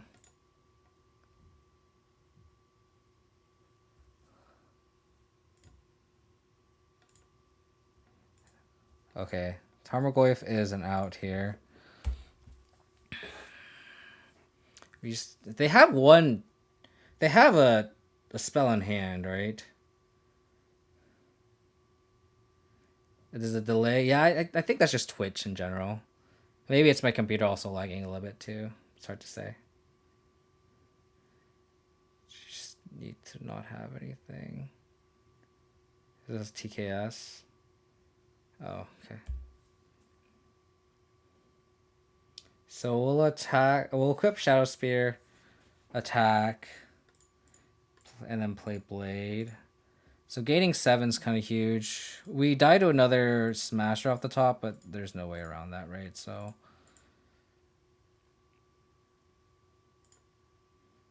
I mean, it seems like they might have another Smasher. These equipments are a little anemic though on their own. They have Obligator, we're dead.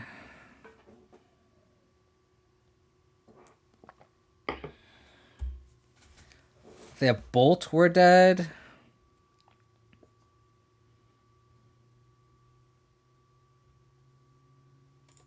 I'm gonna block here and play around Lightning Bolt.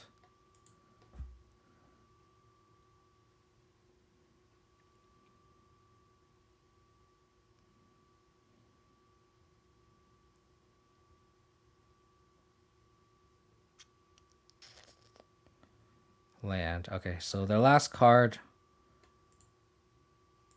Okay, that's a really good draw.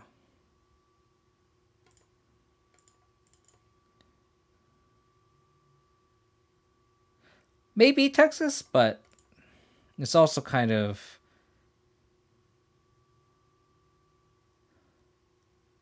They have Obligator, we're just dead anyway.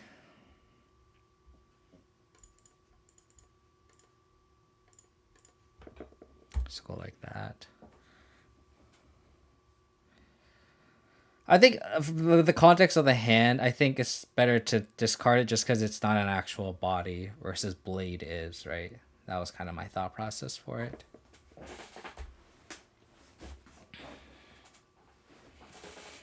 Don't obligate, please. Don't obligate.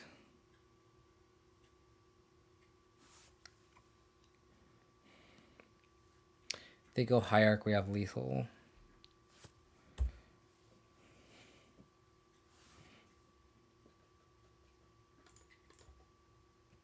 Snap block.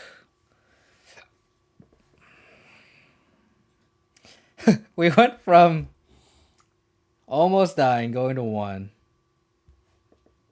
Double heat?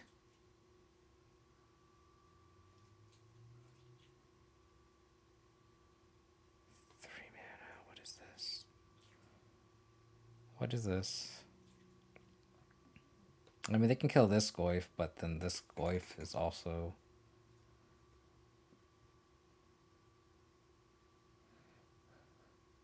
Okay. Now we really I don't know if they have had a Bolt in hand. Now I really want to know.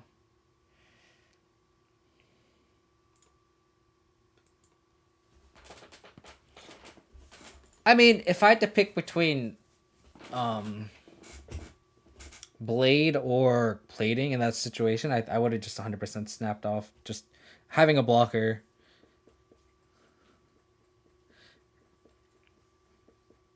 Because, like, the +2 on plating, I don't think... I guess I'd really have to sit down and do the math and seeing if +2 really adds to anything. But, like, just through the context of, like, body versus no body, I want to keep the body, right? So... we'll go Overgrown Tomb, push Star Hierarch, and then play Tarmogoyf on 2, play Saga. Yeah. I think blocking there was 100% right. Because I feel like the Tarmogoyf with the Shadow Spear is how we win the game. Oh.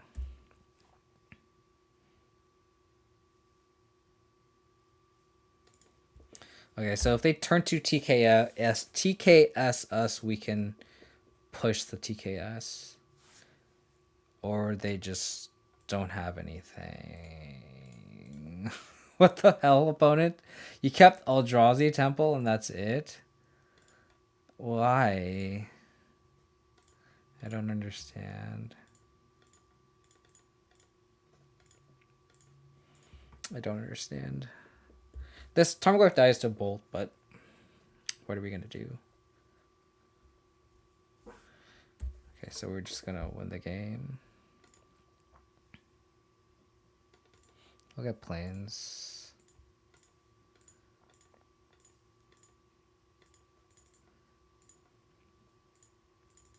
What is our opponent's hand?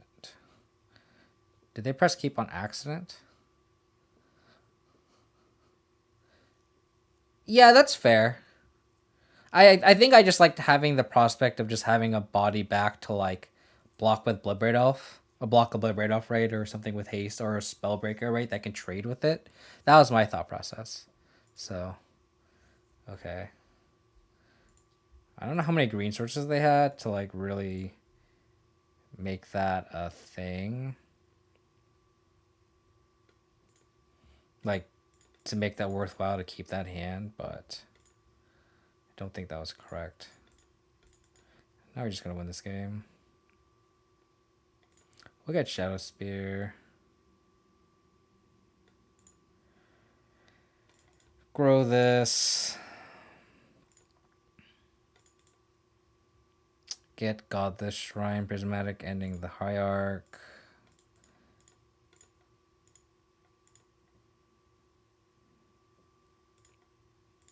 This feels like garbage time. If they have Temple, it's fine. We just equip a Shadow Spear onto something else and attack, so.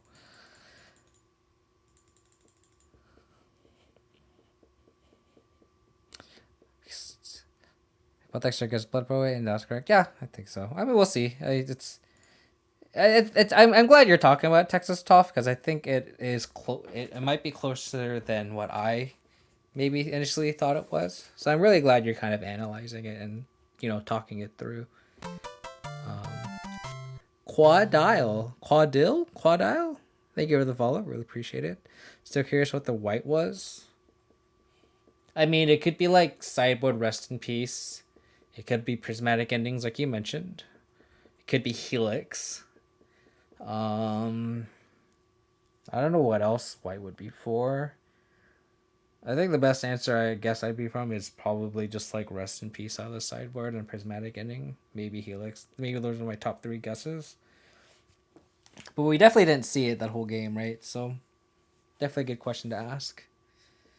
Where do you? I'm in California, in the States.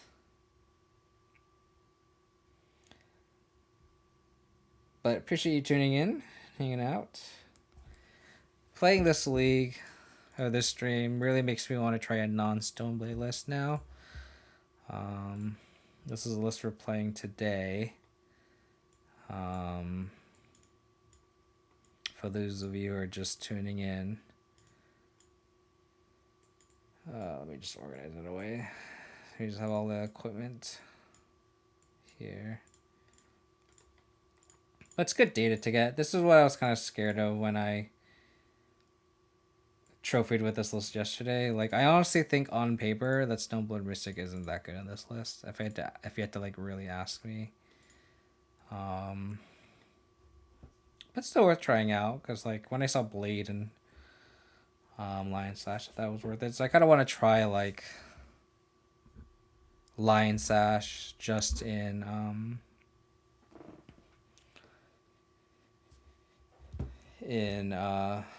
the deck. So this is a classic BJX start. Thoughtseize to Tarmogoyf. Okay, we're against Affinity. We could push this. It's really funny.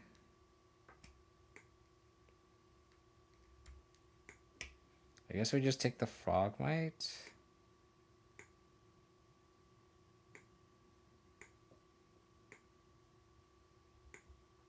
Yeah, I think we just take the Frogmite.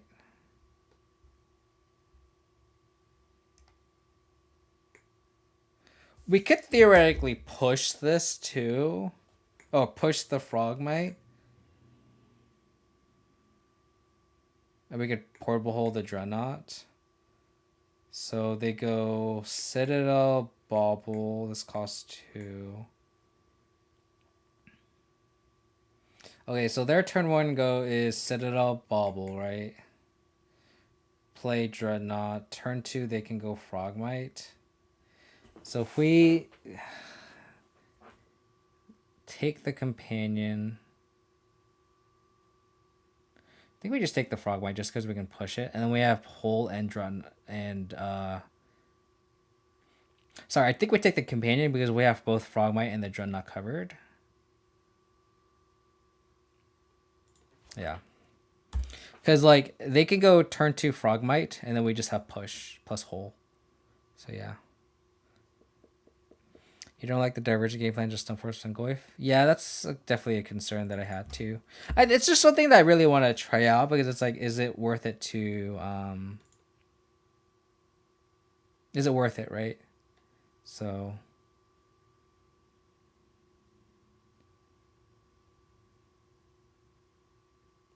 I think we'll play the Goyf. And then we can go Drum, Hole, and Push, play our hand. I mean, this deck is white-based, right? So, like, the green splash is really light. It's only for Tarmogoyf, which I think is very worth it. Okay, so Frogmite's free.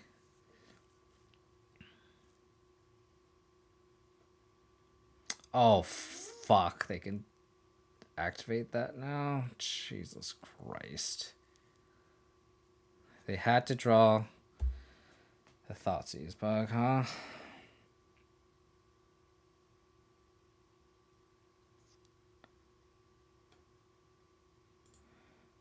Okay.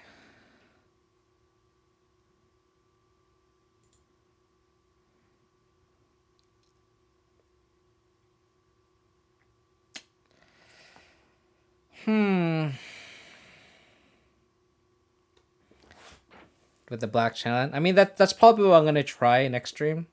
Texas Tough, I think you're probably new to the channel, but like, this is my list pre Kamigawa, which is something I'm gonna try next stream, and I want to try to test a Lion Sash in this deck somewhere, and then make this Urborg the black land. Because this is a little more black heavy with Voidwalkers and Dans, but this also is very white heavy, white based too, so it makes Lion Sash okay. So we'll push the Frogmite, and then hold the Dreadnought, and then hope that their hand is nothing. Play a Drum as well, and I don't think we can attack. So that kind of signifies that they can't crew. I'll do this, and then we'll pass. Yeah.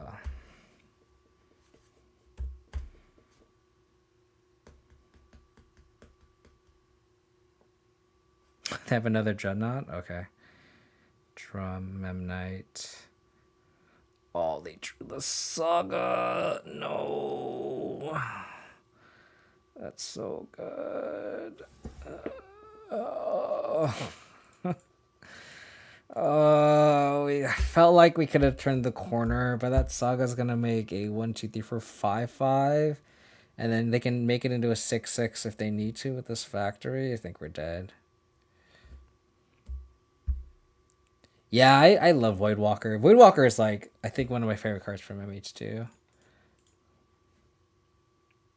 Yeah, and it's like the matches we played in the first league before I dropped was like Control, Titan, and then the first match in this league was like Yawgmoth, and that deck is just a house, right? So, God, I think we need to try to top deck a Dam. Oh god, they're gonna just make that construct even bigger, huh?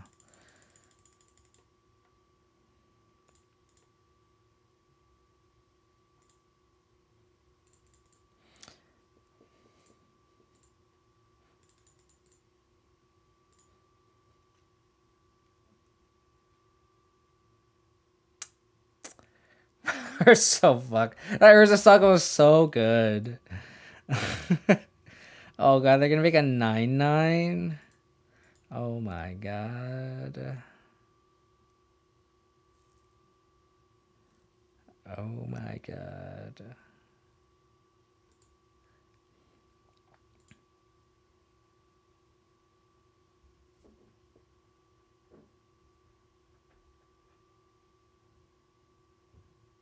Scratch that. They're gonna make a 10/10.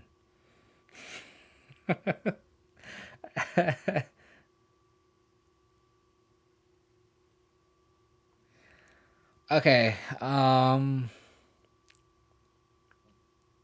Our outs. We need to draw into a. Oh, are we just dead? No, we're just dead. See how they equip Shadow Speed here. 12. So we have to block with Loris.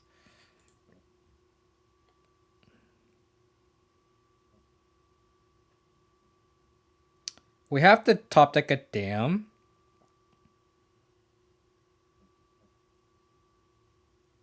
So we block here, we take 5. So let's bobble them.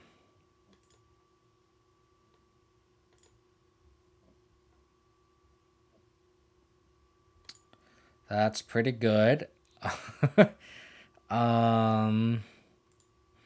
We'll block here, take 5, take 9, go up to 3.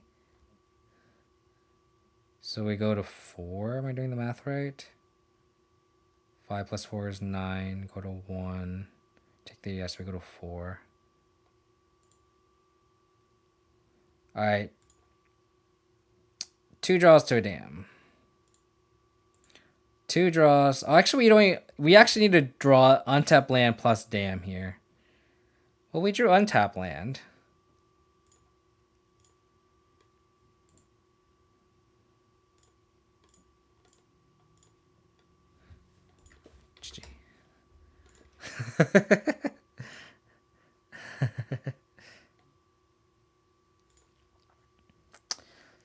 Okay.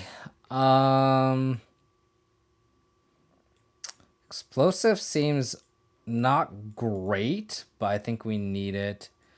Pithing Needle, Liberator, the Dams, and Trax. I don't think we want Sentinels. We don't need the Spell Bomb. Yeah, we are definitely far off of having. Like, we are definitely a very low percentage to win that game. Don't get me wrong, Tessis. Don't get me wrong. But it's not 0, so it's kind of worth playing out, right? I think we can borrow out the plating. Yeah, this Stoneforge Mystic package is kind of underwhelming the more we play this out, right? Maybe we don't want to needle. I mean, we can needle naming like Saga and stuff, right? So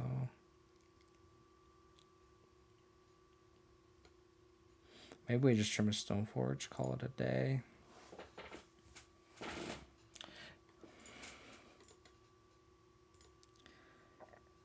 The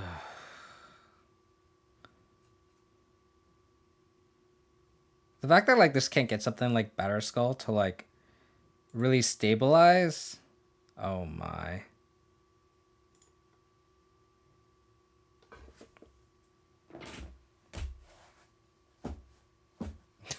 Fuck.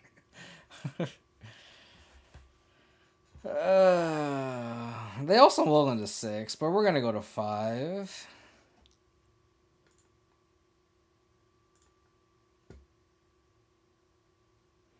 So we want to keep.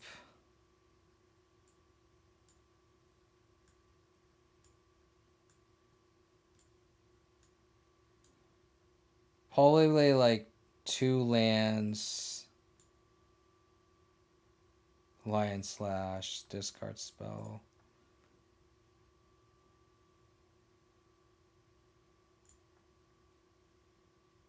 Let's try this. I don't think so. We didn't. It seemed like there's like a base affinity list, and the probably equipment is only Shadow Spear, and I don't think it's worth having that card just for Shadow Spear. And then they're probably like crewing the 7/10 or whatever, right?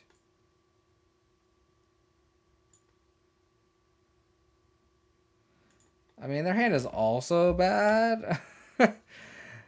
If somehow we win this game.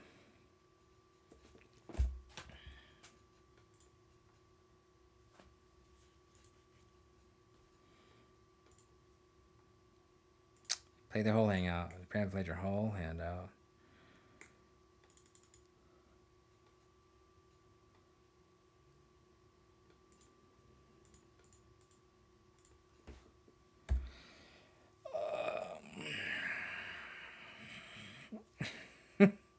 This is limited, yeah. Feels like it, huh? Should have first strike? Yes. Let's make this card even better. I agree with you, Angia. Let's go. I'm glad you're on my side this time. I'm glad you're on my side this time. Okay. I wasn't gonna block that card anyway. So screw off.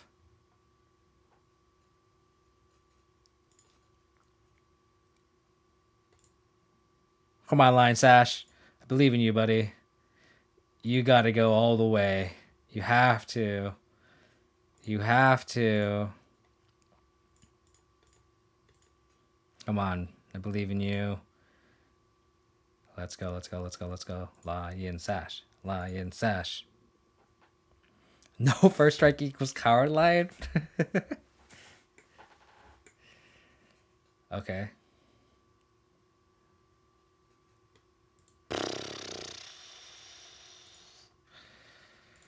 That's a big Gnosis. Where's the removal spell, huh?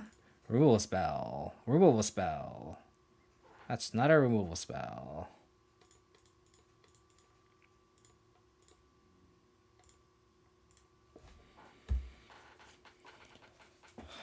We're going to take 7 to the chin.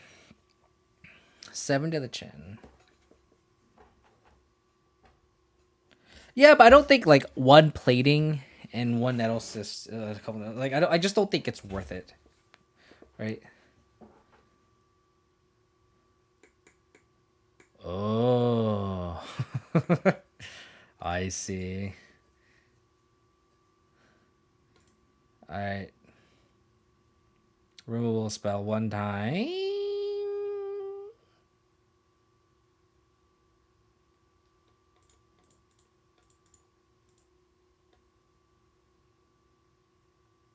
Okay, so we could either A, Luris, and then just have Lion Slash block a jillion times.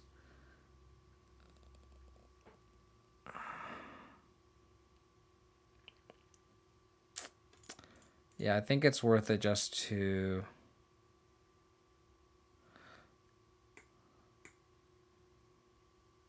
Oh, but we can't block us. Fuck me.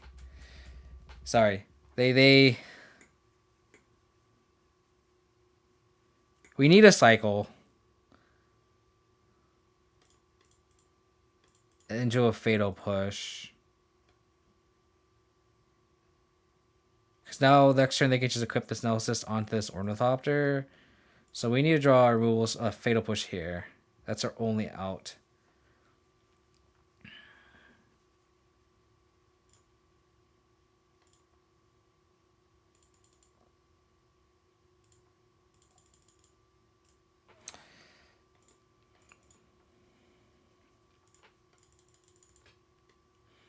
Because if prismatic getting and portables aren't out, so. Yep, Quadil, that was only out there. Yeah, exactly, Texas off. That's why I think Fatal Push is their only out there. Because they could just move the Neocyst over.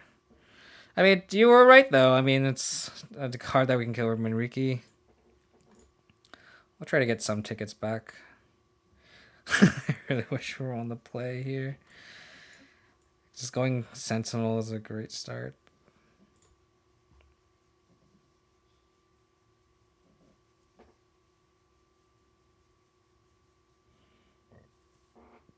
Oh, we're against Belger.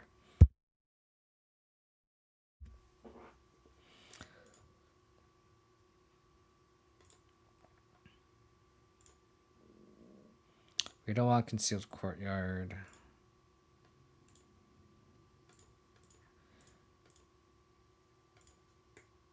Huh? Never mind, it's not Belcher.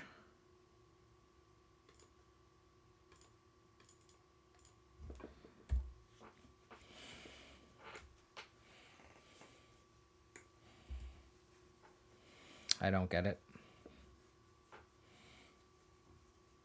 Oh, this is Neoform.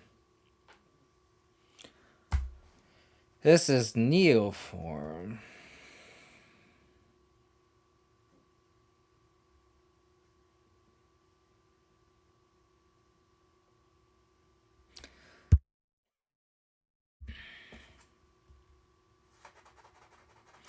Do you like how he just drew nothing relevant?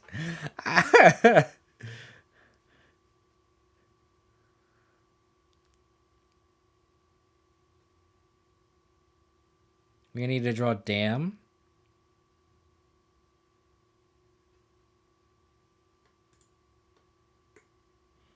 Oh, that's sick art, isn't that? That's some pretty cool art there. Come on, give me a Dam. Don't have any more Nourishing Shoals. Give me a Dam off the top. Trample over Planeswalkers. They revealed a Taucton Worm. They exiled Nourishing Soul.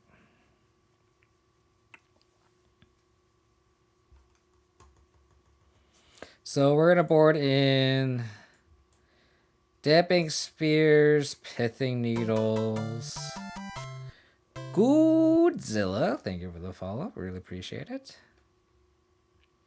Probably the pair of Tarax and the Brutality.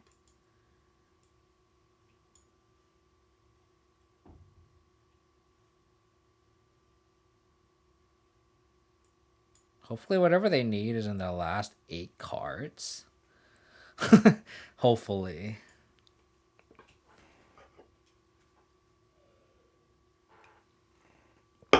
They got 1 Amber.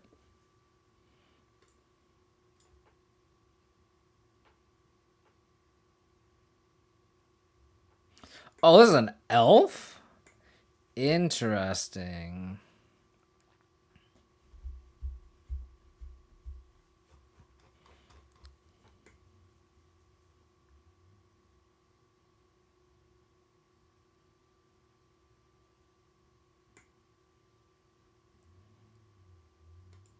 How does this deck win on this turn?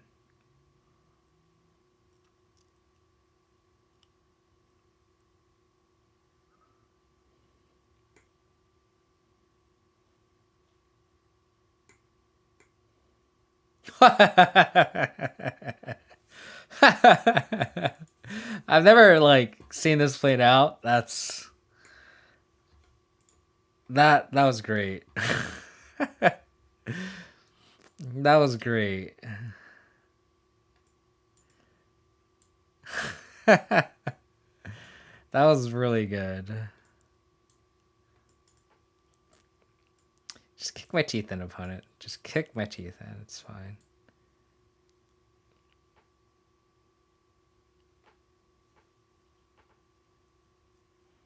I'm actually just going to pop in the Thassa version.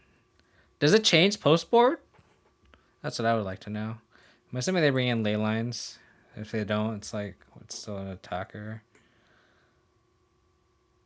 I don't think we want anything else anyway here. We don't want the spell bombs. I don't think we want spell bomb. But it's like, what else do we want? Like a Sentinel?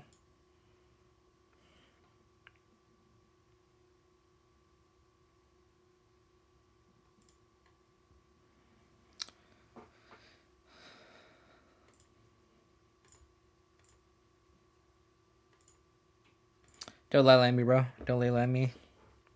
Do not ley line me. I mean, I guess to be fair, they didn't really see much out of our hand. I guess we did discard spell and then it's on top of the deck again. It's really funny. Please fall apart for the discard spell. Wow, they are so Thoughtseize proof.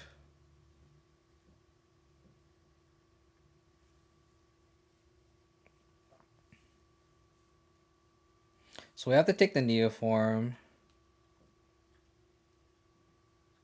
And then hope to draw a discard spell before the evolution.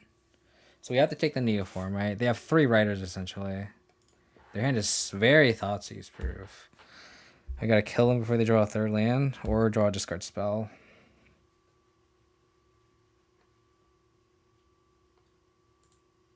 Discard spell.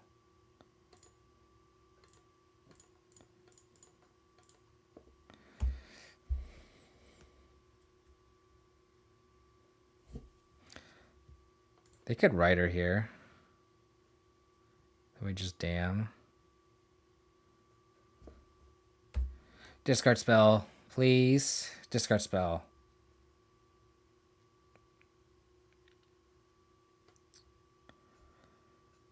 Okay,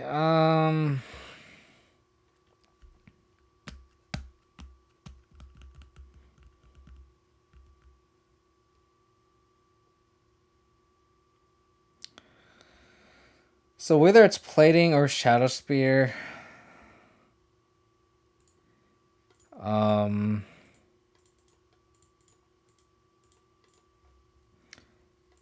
it grows a Tarmogoyf the same amount. Maybe I should unplating because the next turn we can go Sentinels plating, but like it's the same thing. No 3rd land. No 3rd land. Or Neoform. So 3 Neoforms and I don't know how many lands this deck runs. Maybe like 19, right? I guess it's maybe more because there's no Simian Spirit Guide. Hopefully all they drew were just more ley lines or something they can cast, or Sphinxes.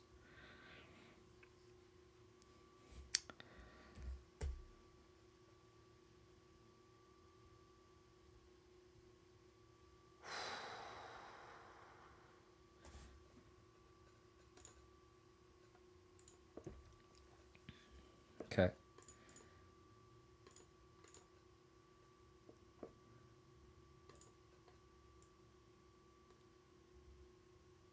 Okay, so we take the evolution. They could gain 12, which sucks.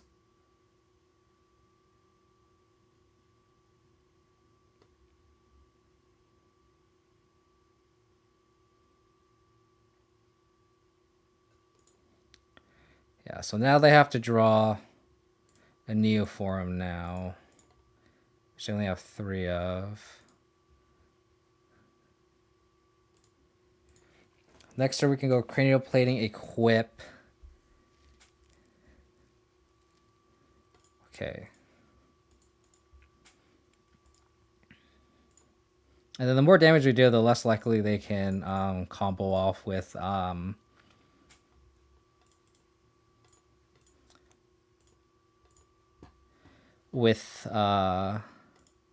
Gristlebrand. Like actually, like now, like Gristlebrand can't draw any card. Or I guess they could Nourishing Shoal. So we're actually not out of this yet. But they need to cash in this Nourishing Shoal now. I really try to fetch land. We can like upper clock.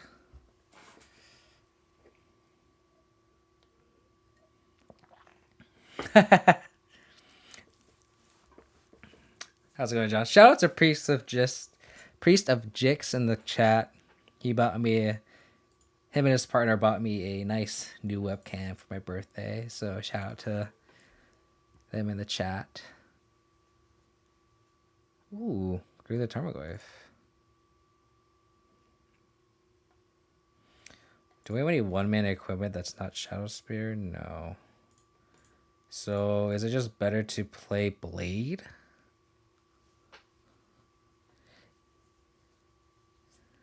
So they exile Thrasta. They go up to 19. And then they take... Yeah, I think it's worth playing this Blade out.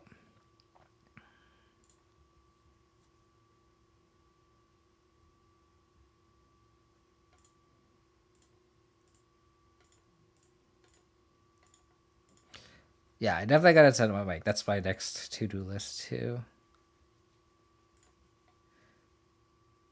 They gotta exile a Nourishing Shoal right now. Nice, get to draw a card. Cool, now we can cast Stoneforge Mystic now. The exile thrust. So they go to 9.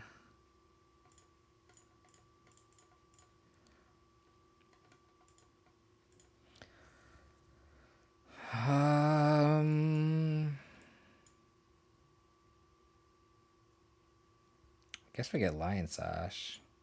Just more bodies, I guess.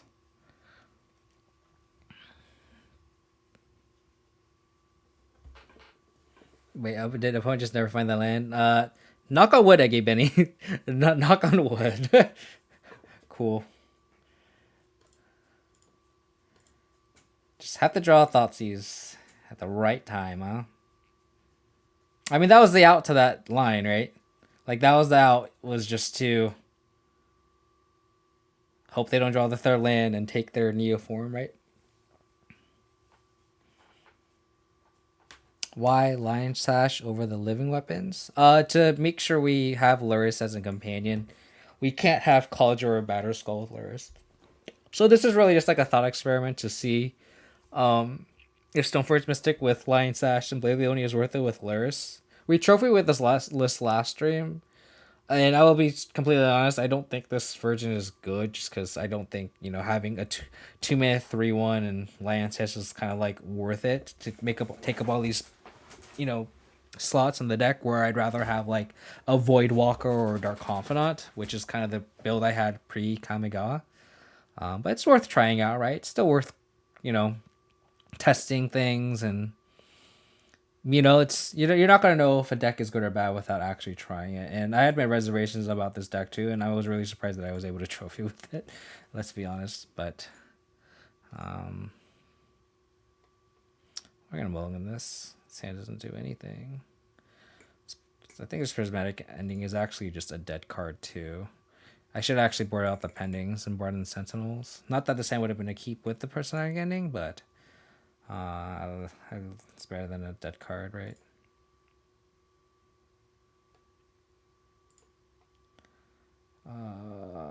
Just board that out.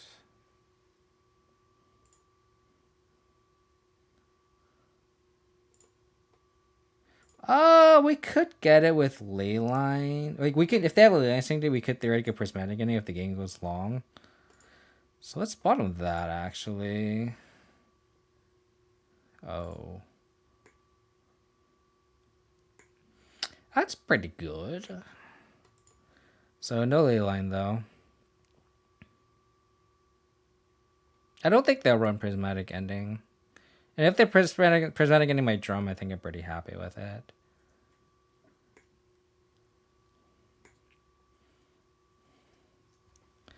So they top 2 and bottomed 1.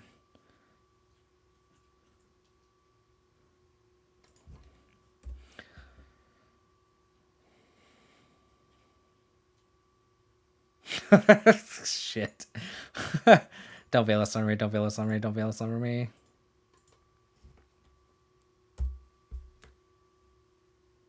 Here go. Here go.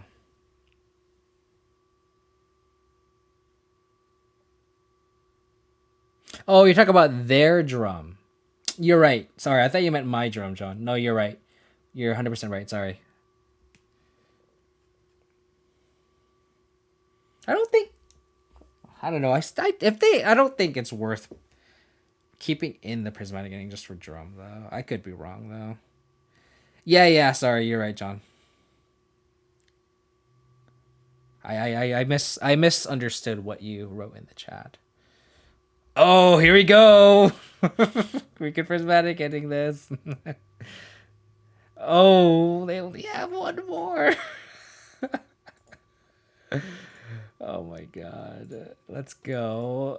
Let's go. I think we have to get this saga down. I think we have to get the saga down. Oh my god. I'm gonna scry trick next turn though, I think. Actually, I should have bobbled them now I think about it.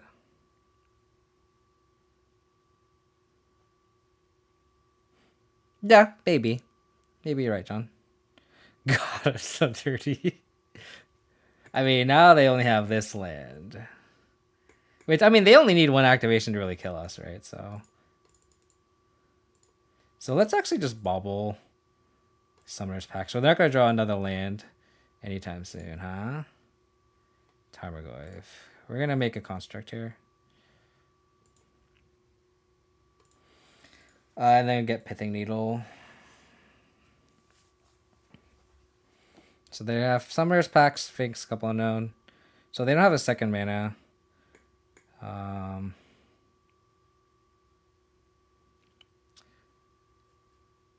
Yeah. That's kind of the read for sure. And I guess they were saving the Rider, if they did have it, to protect her from like a main phase dam or I guess they wouldn't really play around. I guess it wouldn't play around Kai's Guile, I guess, yeah. Because they need priority. Or technically like we need priority to do it and we don't get to if they just go Rider into Neoform, right? So now we can Saga for Pithing Needle, get Gristlebrand. Play Tarmogoyf. And then the race is on. Ghost Gilder, thank you for the follow. Really appreciate it. So I guess Jerome kind of replaced Syrian Strike in this. I'm not entirely sure, John Dorian Smith. I haven't really seen what the most latest Neoform lists look like, so I honestly can't really give you a concrete answer to that. It seems like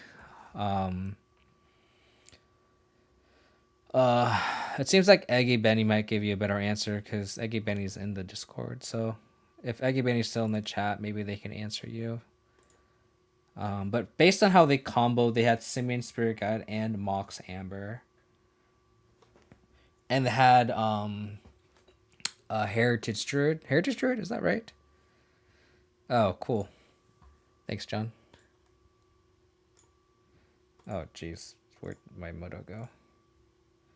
Oh my god, everything just died.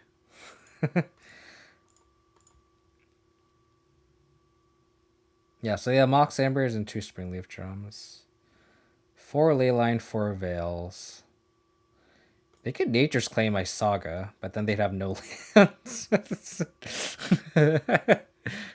Which is kind of correct, because then we just... But this doesn't run Sphinx. So this isn't the exact list that they're running.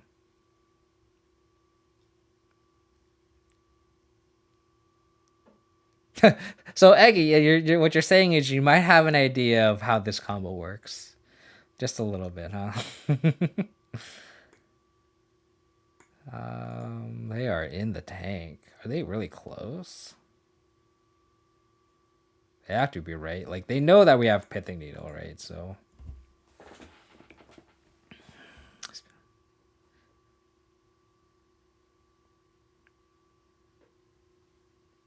I want them to cast a Springleaf Drum here. And then I want a Prismatic Ending. Am I evil for wanting that? We got some play tickets back. I mean, they knew we're gonna. I mean, like, they they must have known that we're gonna get a Pithing Needle, right? Yeah. So we would have gone. Make a construct, untap, make a construct, get Pithing Needle, play land, tap construct, play Tarmogoyf. Okay. We went 0-2 drop into a 2-3.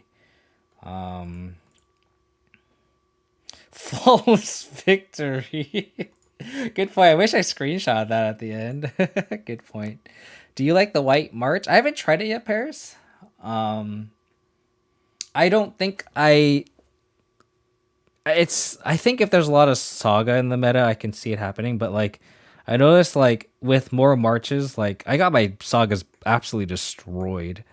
So if there's like a downtick in Saga, I think it's okay because I think Saga is a situation where like it's actually a net positive. It's like a 1 mana Stone Rain, but like having to answer like a Sentinel, a Ragavan, a Darcy, these 1 mana threats, it costs 2, and costing 2 mana is a lot. Which this is why like Prismatic Ending is like such a clutch card. So I haven't like I think in that slot I'd rather just have a dam. I think it's a little bit more cleaner. But I haven't tried March yet. March definitely destroyed us from the blue control perspective, but I think from player control, I think it makes sense to have a couple March or two that doesn't have access to dam. I think in our specific colors, I think dam is better than a March. But this is the list that we played, and kind of to recap. I don't think the Stoneforge Mystic package was definitely unimpressive, and that's kind of why we wanted to play this list again just to get more data with it. I know we played this last stream and we did trophy with it, but I was kind of like really thinking about it, and it's like the Stoneforge Mystic package really didn't pull too much weight. I mean, there were spots where like equipping a blade onto a Turak was really really good, but like I think what really pulled like that match against Hammer, and Boggles or slash Enchantress server was really just like Shadow Spear on the Turak, really. So like I think this is a really cute package, but at the end of the day, I think I really miss like Dothe Voidwalker. I really miss Dark Confidant. Just having just natural draw spells. I can see maybe like so like this is the list that we played today, right? And I think the verdict with Snow Force Mystic isn't that great. Maybe I want to try another league with it, but I think I want to try a different shell next stream. But like this is the deck that I played pre Kamigawa. And then I think what we can do is we can add some Lion Sashes into this list. I don't know if we want to like, maybe shave a Bob for a Lion Sash. I like really, really miss Kai's Guile in the deck. I think this Containment Priest can be something else. So like I really miss Hushbringer type effect, right? Like I think Hushbringer is something that was really, really good against Yawgmoth. So I think this is a deck that's like really tuned to beat the tier 1 decks. I think we can try the black cycling land, the black channel land over the Urborg. And then that way we just have an extra black source for like the Voidwalkers and the Turaks. But I might try to tweak this list a little bit. And then try that next stream. Because again, I really miss the Voidwalkers against Yawgmoth, Titan, Blue Eye Control, etc., etc. And Bobs are just really, really good. So I think I might tweak this list just just subtly. This list I'm just consistently 4-1 with pre-Kamigawa. So I think making some minor changes to this, updating it a little bit, and then going from there will be interesting. I really did like the A Ganjo though. The A Ganjo being a solid removal spell is nice. But then the black one being able to recur Luris is kind of cool, like late game. So I really like the prospects of that. So that'll be, again, next stream. I'm going to tweak this list off stream and then go from there. But that'll do it for me. If you want to check out my past streams and support the channel, you guys can go to my YouTube. You can, if you want to support the channel, you can also just follow me on Twitch if you haven't. And then if you want to come hang out, you can join the Discord, follow me on Twitter if you want to get stream updates / memes that I like to post. Other than that, I'm not sure what my next stream will be. It might not be until Tuesday because I think this weekend's a little bit busy for me. So if I stream sometime this weekend, it'll be like a random time I can squeeze in. Otherwise, it'll be Tuesday for sure. Other than that, again, I really appreciate all the support.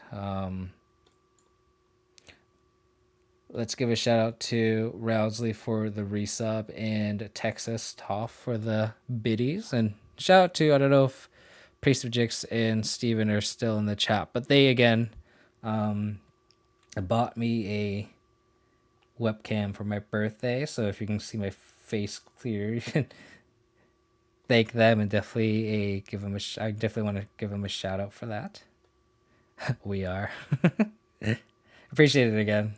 It's cool because now I can just like move it around, and then like if you want to check out my dog, who's like completely out right now, you can see it right there. Like if someone redeems the pet doggo, I can just do this instead of like lifting up like the whole laptop before I had to like lift it, which is awkward.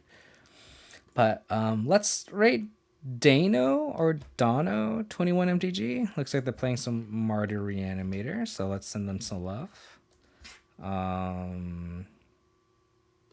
Why isn't it working? Did they just go offline? Oh my god. I want to send them some love here. Oh, they're offline. What the hell? Okay.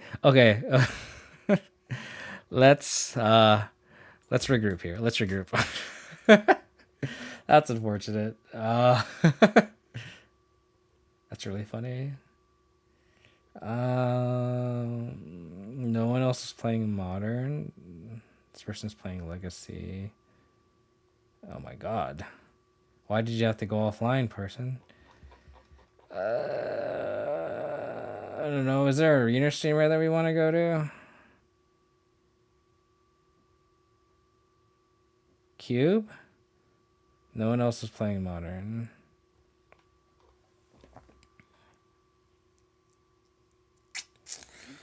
Let's rate Cedric. All right, appreciate y'all for tuning and hanging out. Again, if I'm not streaming this weekend, I'll definitely catch you all Tuesday. Take care, stay safe, stay healthy. Catch you guys next time. Bye.